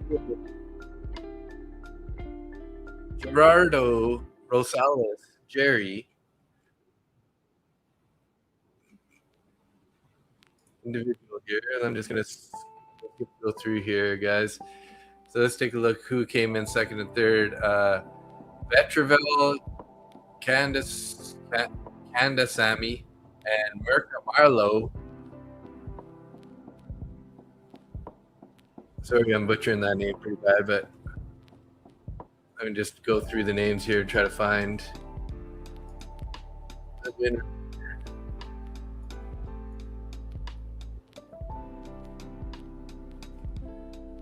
Jerry Trades Futures, are you in the chat?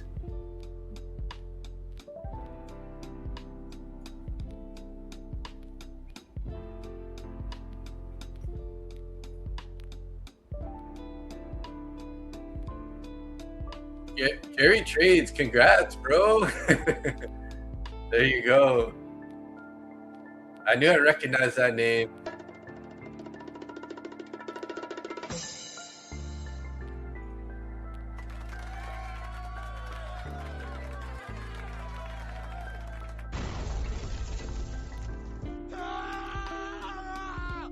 So Jerry, are you in the Discord?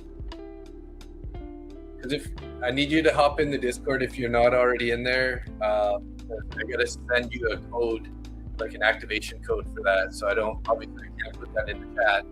So need a different way to be able to contact you. What's all the ones? The ones make it go faster, guys?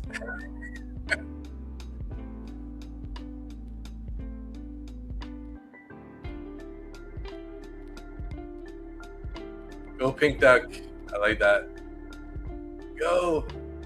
M Wills get some ones. Everybody's popping ones. I don't think that works though, guys. He knew he was gonna fall off. Yeah. Mass knowledge just man. Yeah. Congrats, Jerry. Awesome. Good comeback, yeah. I'm happy and OG got it. Yeah, I agree. Here, I'll link you the Discord. And then once you get in there, just send me a direct message if you want to see my name. Sorry, 1 second here.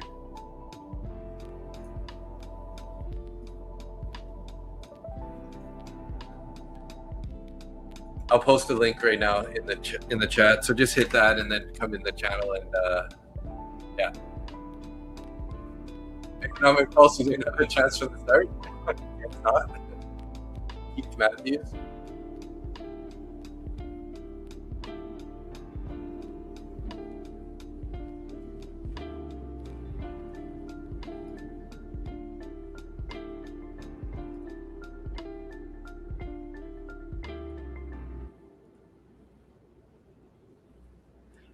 Jerry and Terry.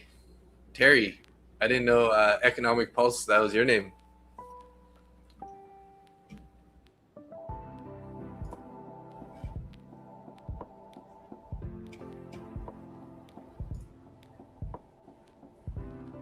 Hey, welcome to the Discord. Whoever just joined, 3 people. Looks like Nasrius, Wings, and Lekia.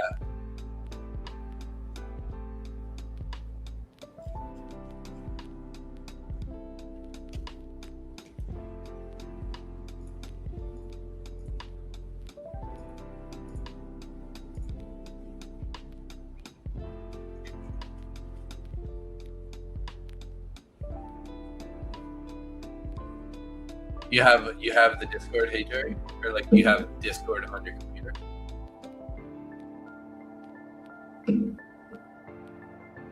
Oh, there you go. I see it.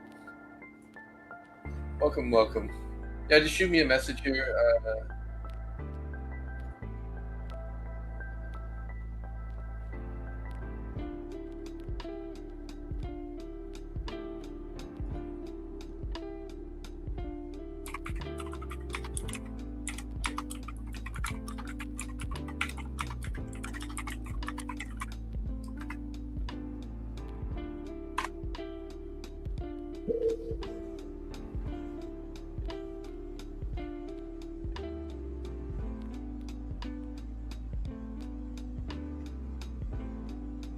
I just sent you a message.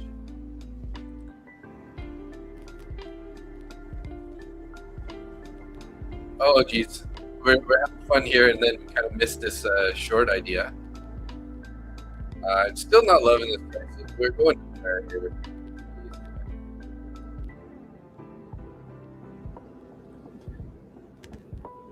What is going on with my microphone? Sounds so bad.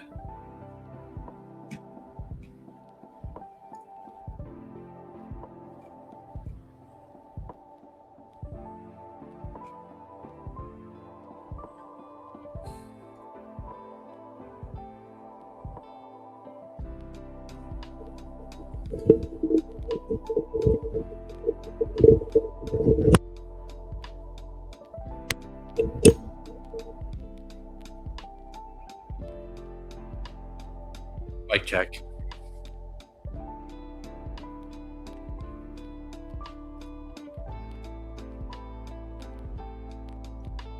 Still sounds weird.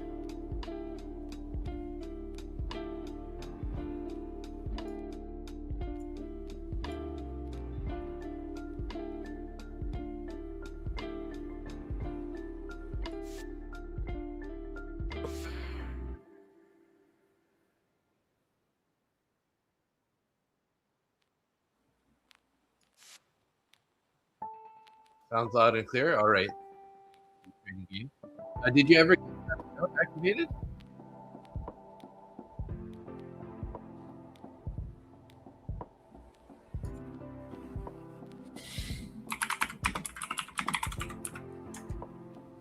Okay, I'm just gonna copy that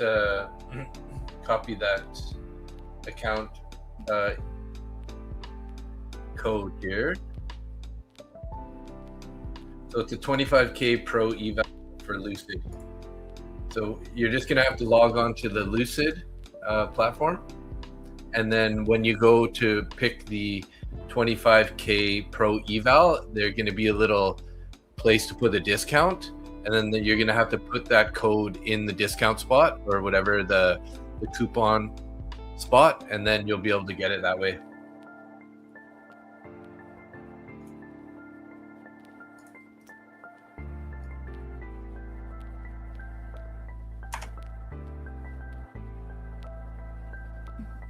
I'll see if I can link you the Lucid.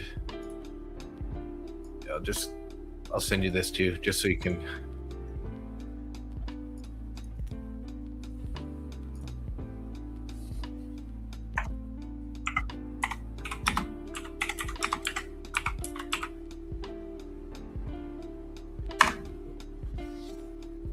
There you go. Let me know when you got that done. And congratulations.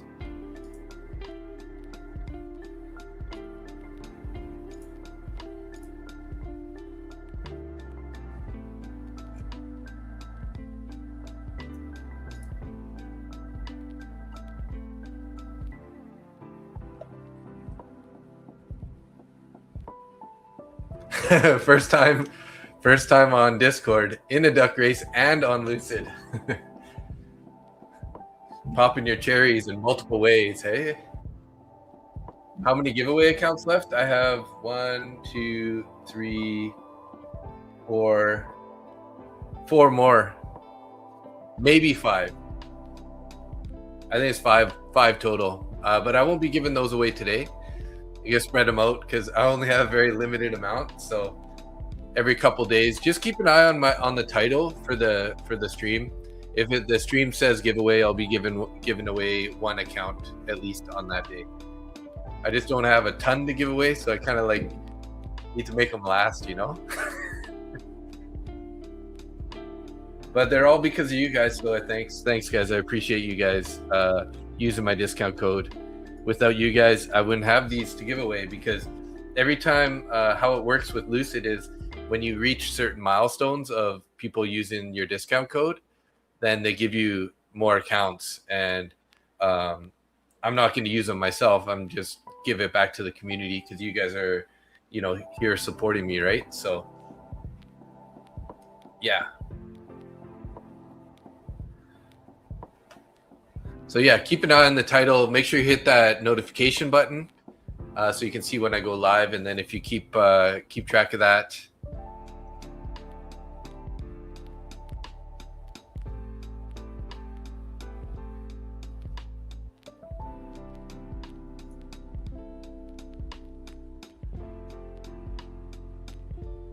Hey, we're over 700 subscribers, guys.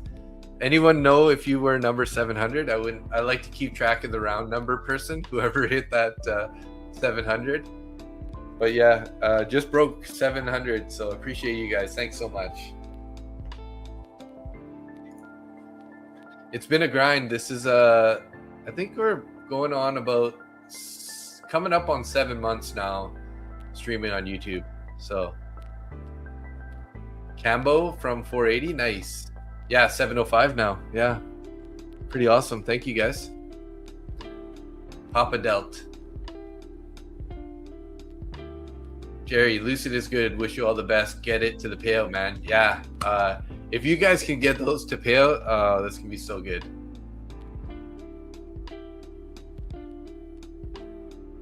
Congrats, keep grinding. Yeah, it is a grind. It is a grind. Actually, you know, I went Monday to Friday market open for about two months, and I did only Sundays, and I wouldn't get any subscribers during the week because there are just so many well-known, you know, streamers. So like it's really hard to get any subscribers. And then I started doing Sundays, and Sundays were just popping off. So I, you know, especially compared to the New York session. So I was getting, you know, like 20, 30, sometimes 50 subscribers on a Sunday, especially if there's a holiday Monday. But then I realized, well, I need to put in a little more time on these evening streams. So, you know, now I've been doing the evening streams Sunday, Tuesday, Thursday. But I play ice hockey, so occasionally I gotta move the Tuesday, Thursday around. So it'd be like a Wednesday, Thursday, or Tuesday, Wednesday, or something like that. So, but yeah, thanks for subscribing, tuning in, hitting that like button, and just being here. Hopefully, if anything, guys, you staying flat like me. Just this price action just isn't great. Obviously, if you would have sold one of these pops, you could have made some good money, but overall, not really seeing too much here that I want to trade. So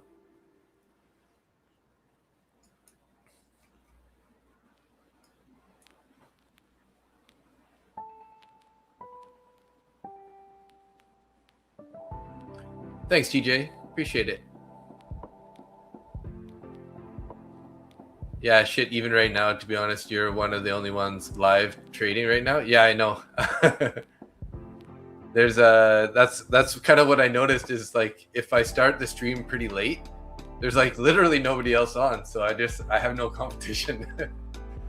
So don't tell anybody. Don't tell the other streamers. I got this little niche for myself right now.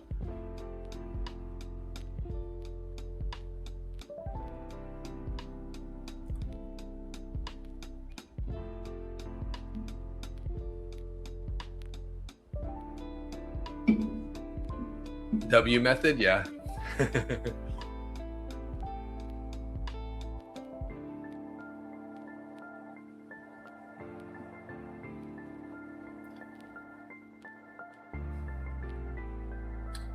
Well, I want to go short, but I just don't have a real reason to go short here at this moment. And we're kind of in this zone here where we can find some pretty strong support, as we've showed it right there, and all these wicks back here. So,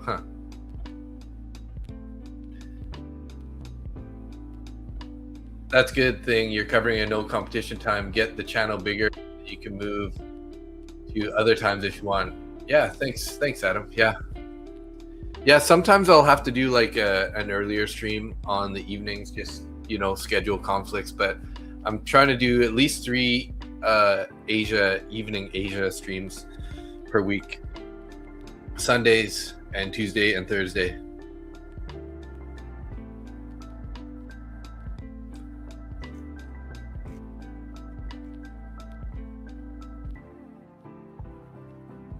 Taking off the orders up at 24,620. Are those 650s still there? Yeah, we still got 60 contracts up at 24,650. We're getting a little bit of ways away from there now.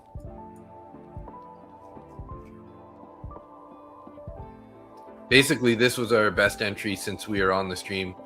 But was I on at that point? Yeah.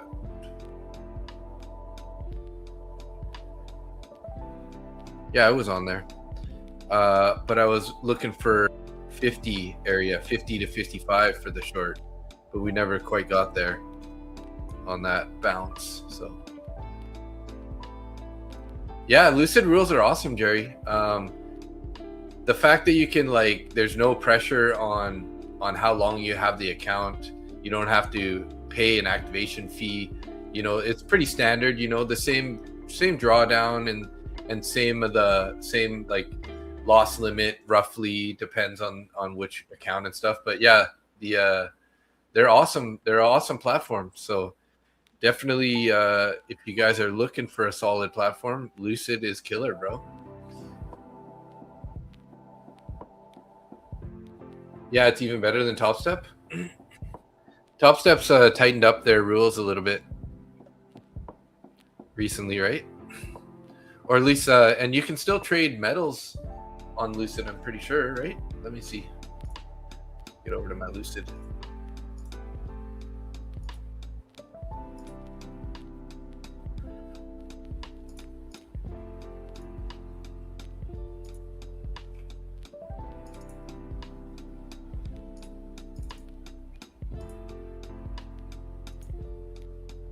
Yeah, you can trade metals on Lucid, so no worries there.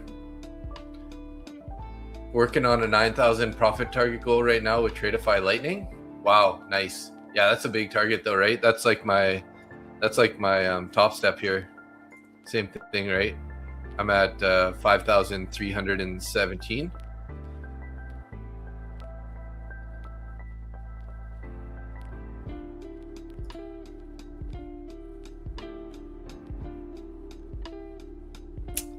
Man, they're not really giving us much opportunity to get in here.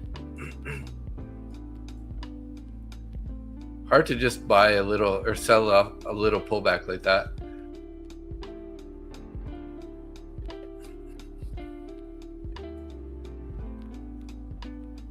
Yeah, that's a pretty small account, the 25K. So, you know, one maybe 2 micros at the most is more than enough to trade that account.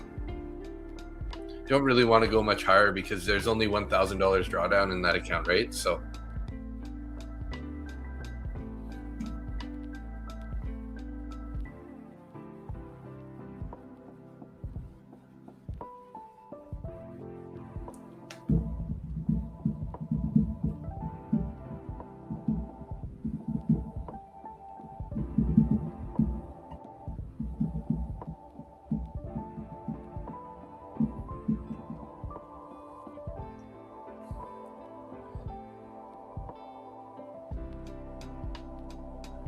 weird. I just noticed that looks like I kind of messed up the title. 2026.CID. Is Lucid funded end of day drawdown? Let's see here. So yes, they're on end of day drawdown. Yes. So if we go to the funded rules here, it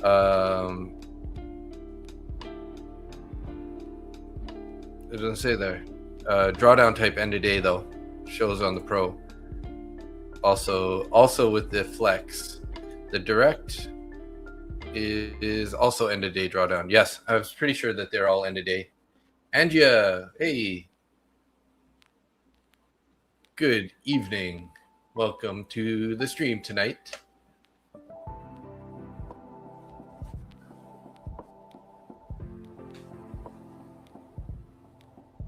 Hey, you're welcome, Zach. Mr. Zach Mullins. Hey, I'm doing good, thank you. How are you? Oh, geez, guys, look at that. We just got the breakdown. All right, so let's look for... I mean, I was saying this 1 hour fair value gap is a target. I just never got the freaking entry that I wanted up here in the 55 area.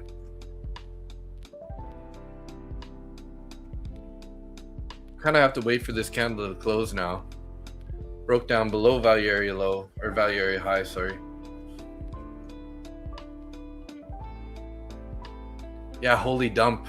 I looked away for 2 seconds there to the Lucid and missed this.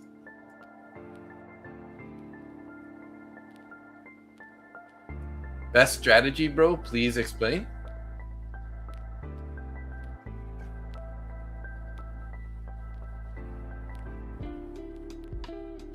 Yeah, the price action wasn't clear.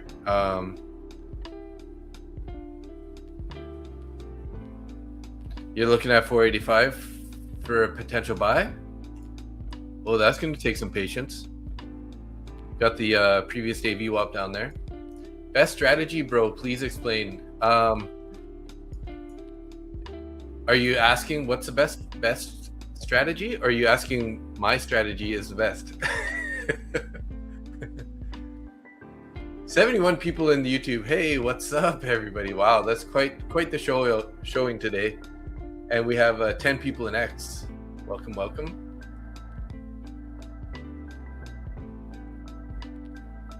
ICT WAST, bro? You just came back, Kaylin, and what the heck, eh? Do you ever sleep, man? What time is it there right now? Oh, I guess it's earlier still. It's like 9 or 8 for you. How much do you risk per trade? I don't really have a defined like point amount that I risk. It kind of like depends on the trade, right? So, you know, had I been able to get the short that I wanted up here, I probably would have just been about like a 15 to 20 point stop above. But yeah, it kind of depends on the trade, so it's hard to say. I'm in Canada, Vancouver, near Vancouver, Canada. Mary Boy Gaming, what's up?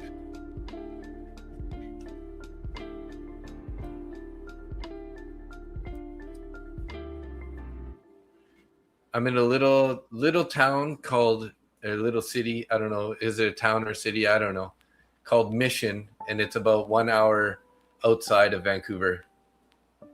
It is 10:03 p.m. Oh, no wonder we had that breakdown on this candle, guys. It's a 10 p.m. candle, or 1 a.m. Eastern time. You sleep from 10 until 2? You only get like... You only sleep for like less than 5 hours, Kaylin? You're a savage.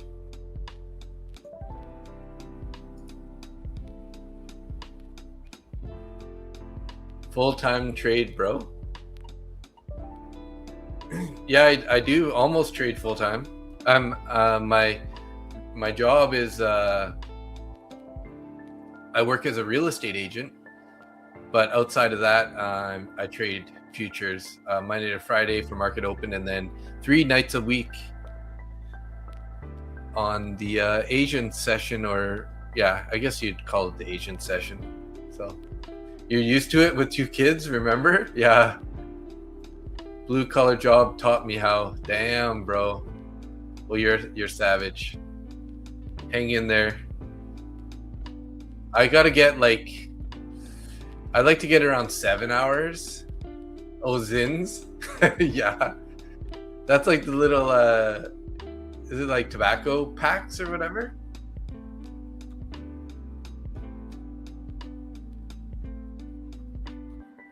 Bro month, Evlo dollar profit, bro. I'm not sure what I'm not sure what that means, but it sounds pretty cool.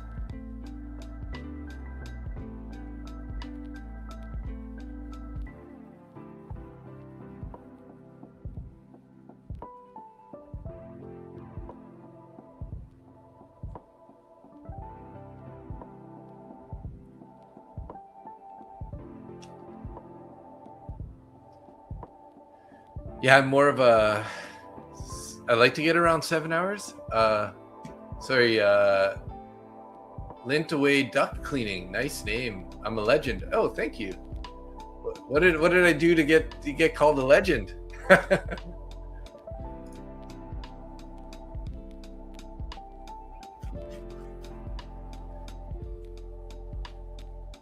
like it. Lint Away.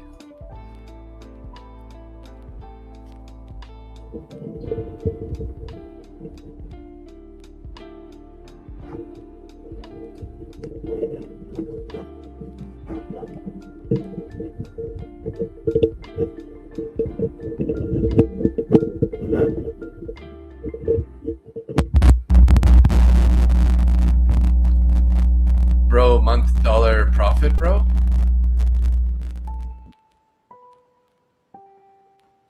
Did I just make my mic worse? Seems like it's okay. I did make it worse, didn't I?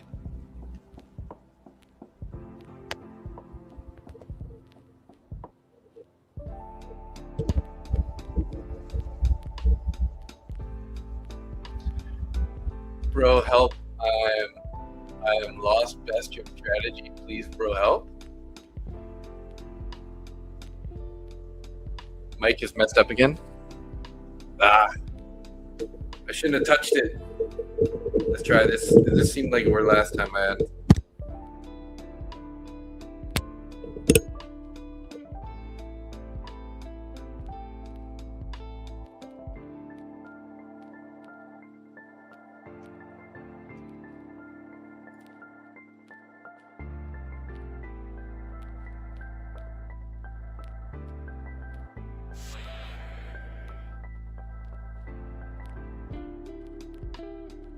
Miraboy Gaming, what's up? Welcome to Canada from India.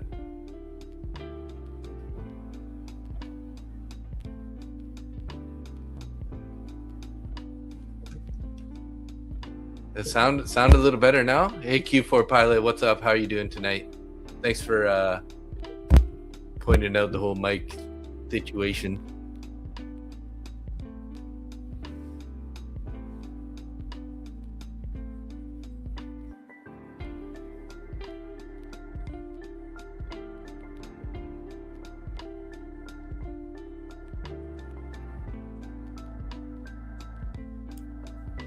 Hey, no problem. My pleasure. Happy to be here.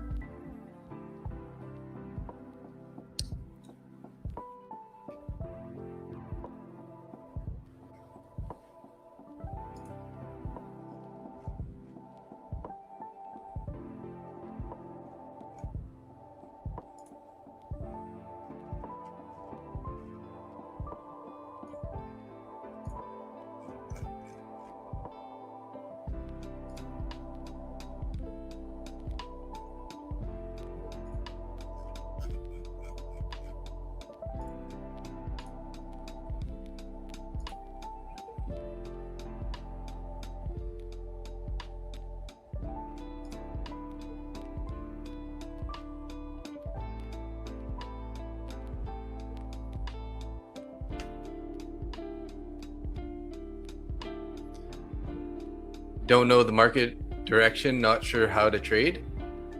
Oh, you're in the right place then if you want to kind of watch what's going on. I'm currently not taking any trades, though. I'm not loving this price action. I mean, if we didn't catch a shorts earlier, which I was a little reluctant to trade in this area, it's a little too choppy. But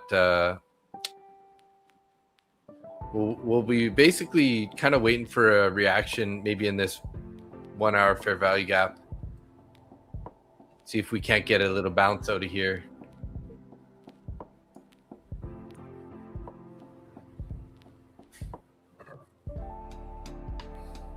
Hi, bro, from Jacksonville, Florida. Salute. Hey, Yoel Gonzalez. Nice to meet you. Yeah, I mean, I use I'm not like a big ICT person. Like, I don't know all the details of ICT. I like to use fair value gaps and inverted fair value gaps for entries, but typically I'm using the volume profile and the VWAP, and then I just sort of like added in fair value gaps and inverted fair value gaps for entry criteria. So Investors, hey, what's up? What's going on here? How we doing? We're doing good. I called it earlier that we're probably going to be heading into this 1 hour fair value gap. I was waiting for a bounce up into this 45.50 area here for a short. This was probably our best entry since we had the stream. Never really quite got to where I was looking for my target, so I didn't end up taking any trades here. I didn't like this price action in this fair value gap, and then eventually we just broke down. So now we'll be looking for some sort of a reaction down in this fair value gap, potentially for a reversal. But one more duck race, but just for fun. We could do a duck race just for fun. I don't have any accounts to give away today though, so. The trade I took today, guys, was earlier. The only trade that I took on this account anyways was over here. I went short. Oh, hold on a second. This account. This guy. I took a small scalp in that account, but this was the other trade that I took short in the 1 hour fair value gap. Covered one at the VWAP, and then as we were moving lower, I put my stop slightly in the money in this area, and then this candle bounced up and ended up hitting my stop before it went lower. So I think I made about what $60 there. Nothing too big. I only traded a couple micros on these accounts, so slow and steady. You want to run a duck race just for fun or what?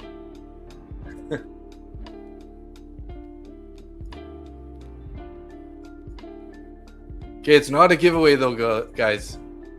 We're gonna do a duck race just for fun of the people who are in the giveaway, but we're not giving away an account. Just keep that in mind. We're just doing it for fun here. I don't have any more accounts to give away today. We did our one. I'm gonna put it in the chat too, just so you guys know.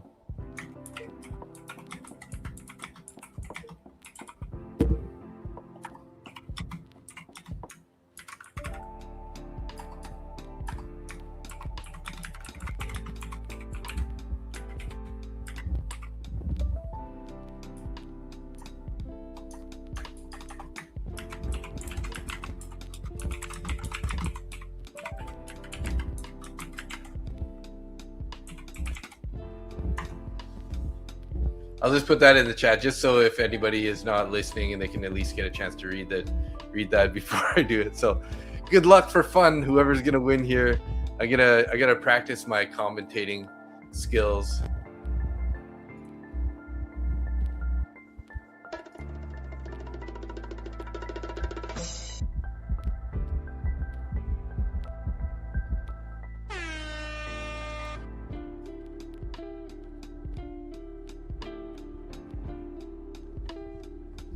You used to trade minis as well, but then I traded to Michaels. It really worked well. It's getting payouts consistently, at least less account loans or reds, even though, yeah.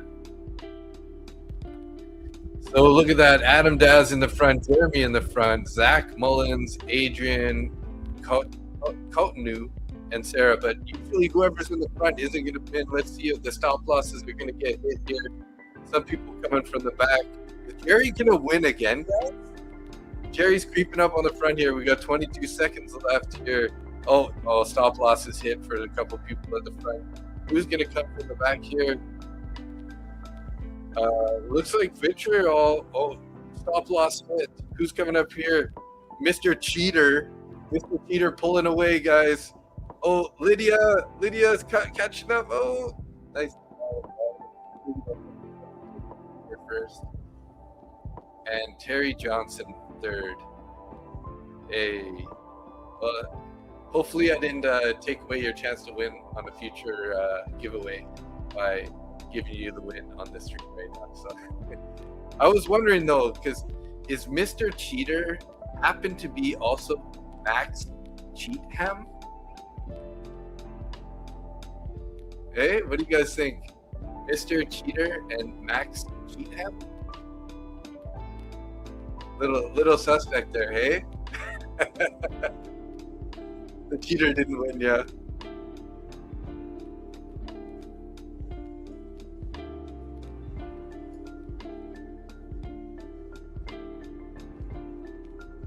But yeah, that was just for fun, guys. Okay, is this a possible entry for a short here? We got decreasing volume. We did wick up pretty strong there, though. I don't know. Oh, geez, guys.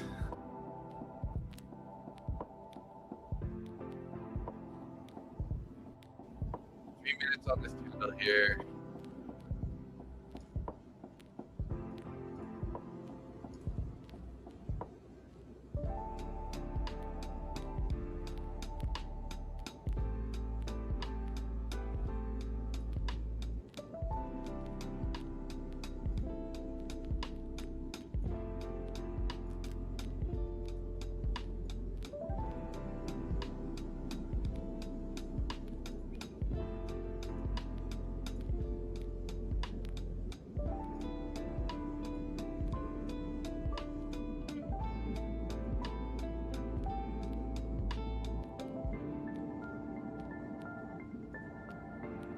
Yeah, I'm gonna set this guy here. It's only one micro, keeping it tight here. Might have missed our chance there. Looking slow getting out here, but patience will pay here. What's your plan for the channel this year? I know who's that cheater. My plans for the channel? I'm just gonna keep doing it. Eventually, I'm gonna try to hook up a store to the channel and just kind of just try to grow the community up to, you know, would like to get up to that 1,000 subscriber point. So by the end of the year, hopefully I'll be at 1,000 or more. Nice. We'll have to. I'll be patient. We'll see what happens.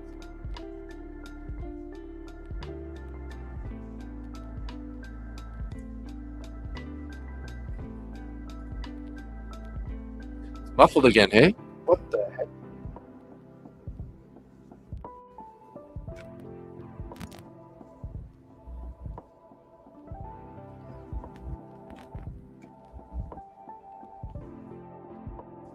I think I might have to get a new mic or a new computer, one or the other.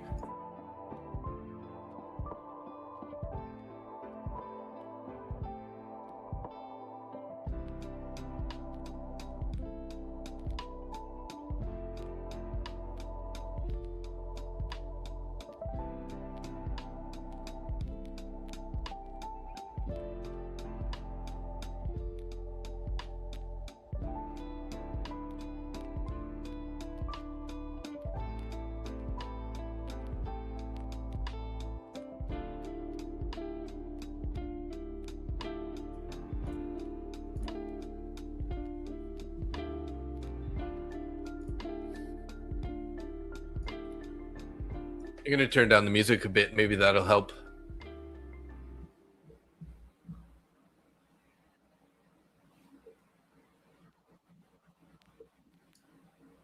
Sounds a little bit more clear now.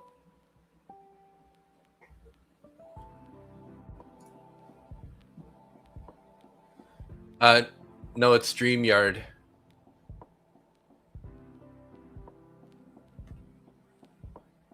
But my computer's like 7 years old now. So test.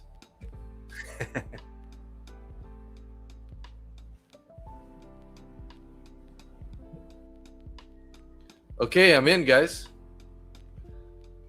Now, typically how my rules work. I don't like that though.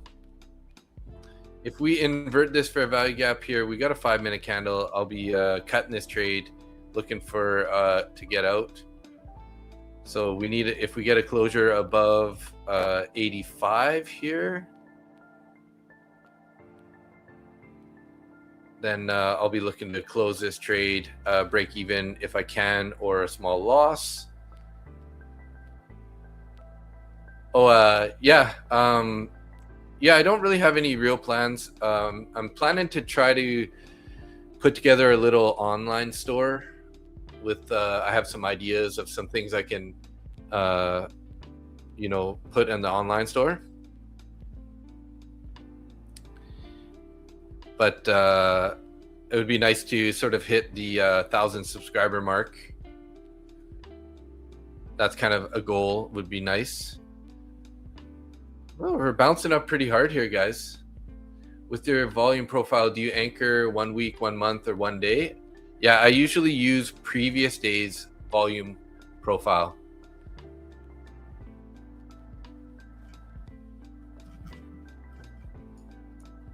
So I'll go to the 30-minute chart, turn on session volume profile, and then just go back to the previous day's price action.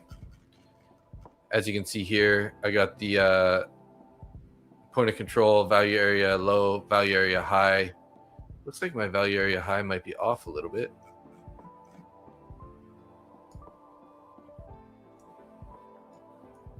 And then the only other things that I do is previous day high and low.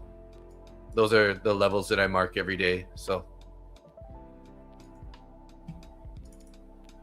well, might get stopped out here.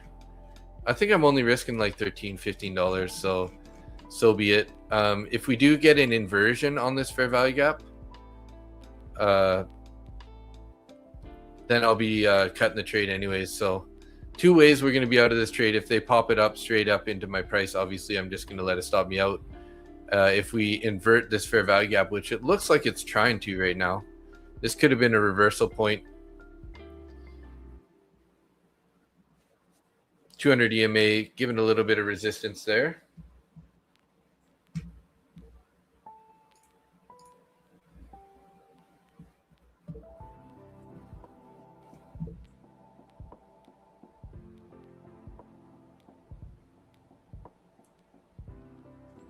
Yeah, it's not looking good right now, though.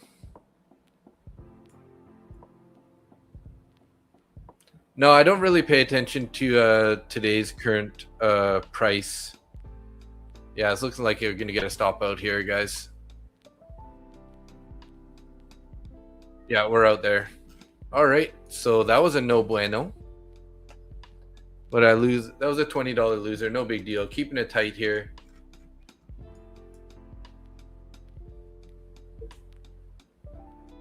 You bought it at the price of $24,579. Nice. Looks like you're up currently.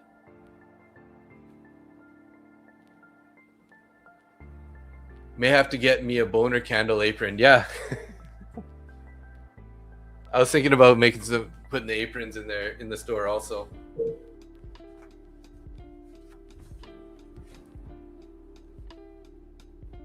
But.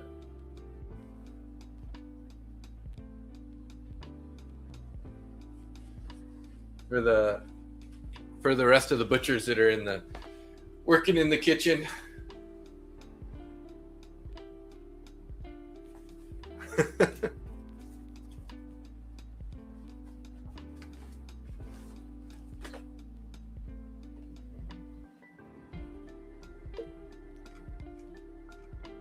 Well, it looks like 200 EMA might be the resistance there. I'm not really sure that that we're going to be going lower right now. Now that we're bouncing like this, we did get into that fair value gap, and then we're bounced pretty hard there.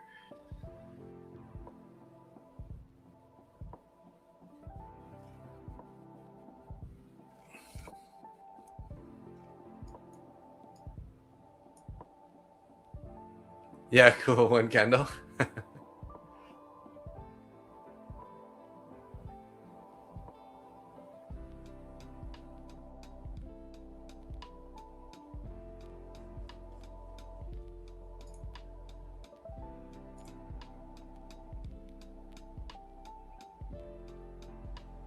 So NQ is going up, and it looks like crude is going up a little bit, which is kind of odd because typically they don't really trade in the same direction.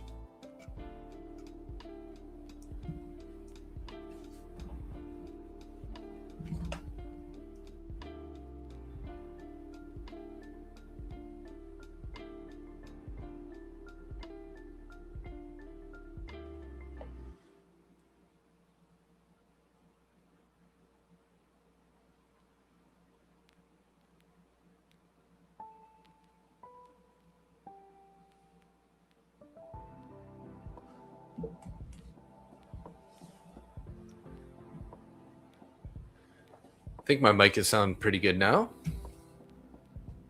What time do we got? Might wrap up the stream here in about 5 minutes, guys. Took my second trade here. That ended up being a loser, unfortunately. Is what it is. All good. Kept it tight there. That's why I didn't want to move my stop or anything. So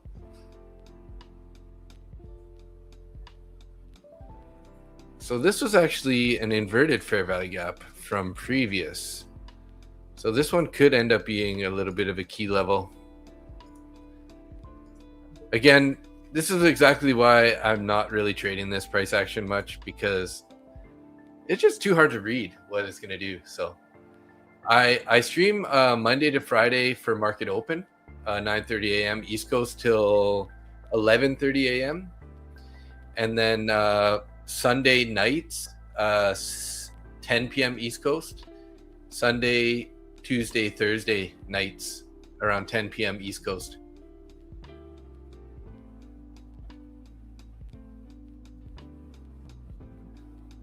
And right now it's 10:30 for me.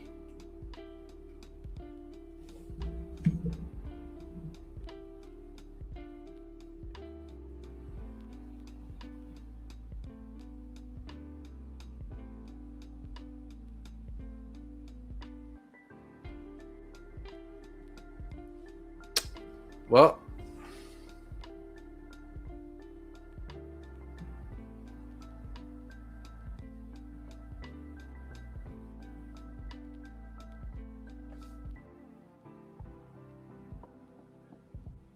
kind of want to attempt another short here, but I think it might have just been a little bit early.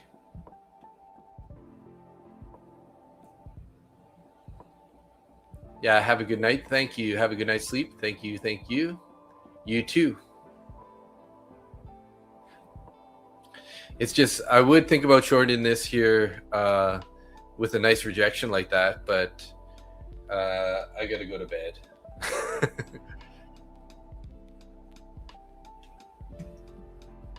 So let's see here. Top fans. Let's see. How many? 45 people? All right. I'm going to do my sign off here, guys. We'll just call it now. We're just coming up on the 10:30 p.m. for me. 1:30 East Coast. So thanks everybody for tuning in. I appreciate you guys. Adam, TJ, M. Will, Kaylin, YouTube Paul, I Miss on Purpose, Trading Game, Trader Cat, Keith Matthew, Rizzy Regis, Jerry Trades. Congratulations on that account.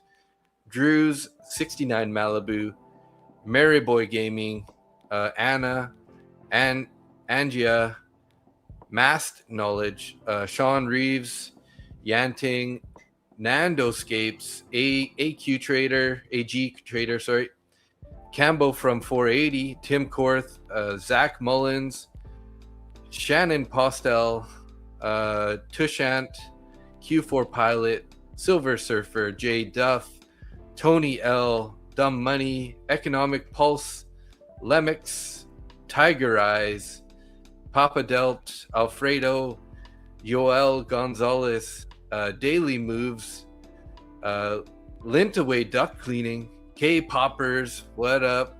I am Thou. Oh, I missed a comment from I am Thou earlier. Tulter, Tultr, Investars, a Chinese name that I'm not sure how to say it. Ni hao. 我是大卫，请问你叫什么名字? Kyodongo and Max Tube in the house. TJ Plays. Did I say your name earlier? I think so. Did I see TJ? Yeah, I'm pretty sure I saw TJ. Yeah. TJ. Get a quick scroll through. Did I miss M Will? M Will in the house.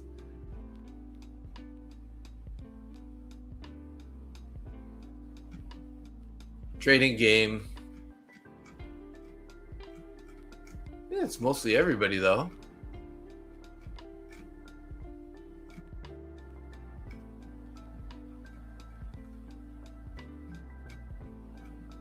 YouTube Paul. Drew 69 Malibu. I think I saw you earlier. Keith Matthews.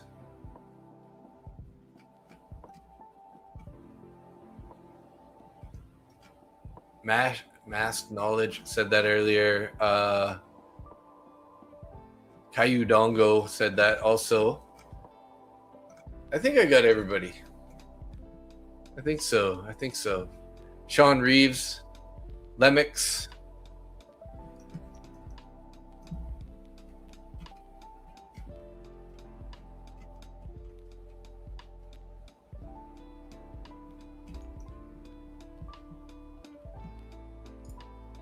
But yeah, thank you everybody for tuning in. Appreciate you guys. Last question. What is more important to watch? IFVG or a fair value gap? Well, they have two different purposes, right? So if it's a fair value gap, it's usually used for continuation, right?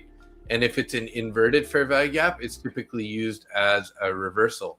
So that's typically how there you go. Kaylin just said exactly what I said. Yeah. Life is good. Hey, what's up? Yeah, you're a little late. We gave away a 25K Lucid account. Jerry won it. It hit the resistance level again. Yeah. Did I get your previous message, which was that? Oh, if you got any ideas regarding the stream, are you open for it? Yeah, sure. Sure, Adam. Yeah. Hop onto Discord and send me a message.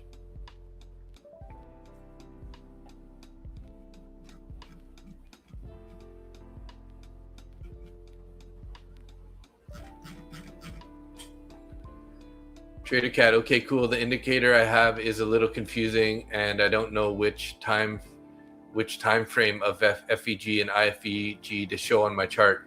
Yeah, so I mean, I typically watch the 5-minute, but what you can do is you can go back to your like 30-minute, your 1 hour, and your 4 hour, and find those guys and mark them on your chart as sort of like a draw on liquidity, right? Not guaranteed to always just go straight to that one, but if you start getting in a bullish situation and you see that there's a 4 hour or a 1 hour fair value gap above, there's a good chance that it's going to go to there just for the liquidity, right? So that's how I use the higher time frame ones. But I'll typically take continuations on like 2, 3, or a 5-minute. So what time does the streamer usually broadcast? I usually stream 10 p.m. East Coast for the evening streams, and I'm also live Monday to Friday for the New York Open. Let me think I have it in the Discord here. I might be able to just copy it and paste it into the chat real quick.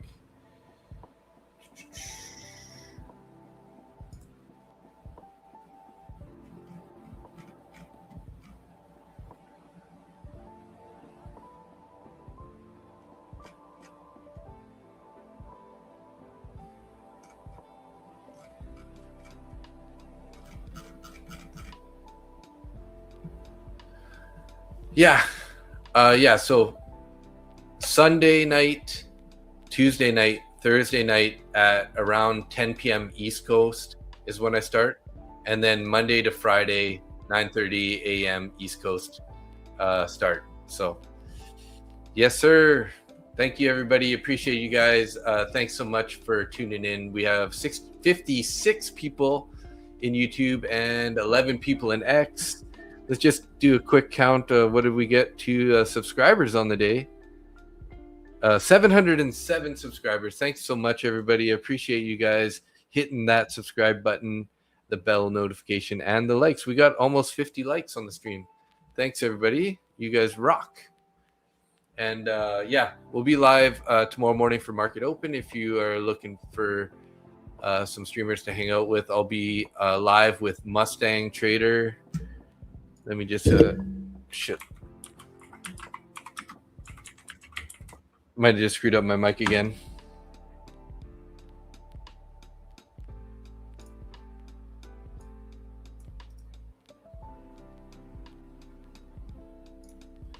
So I'm gonna link Mustang Trader in the chat here, guys. I'm live with him Monday to Friday. He copy trades like 50 accounts at once. So if you want to see someone who's really good at like scaling and risk management, check out Mustang Trader. I just linked his YouTube there in the chat. So thanks so much, everybody. Good night. We'll see you tomorrow morning. Have a good one. Peace out. Later, guys.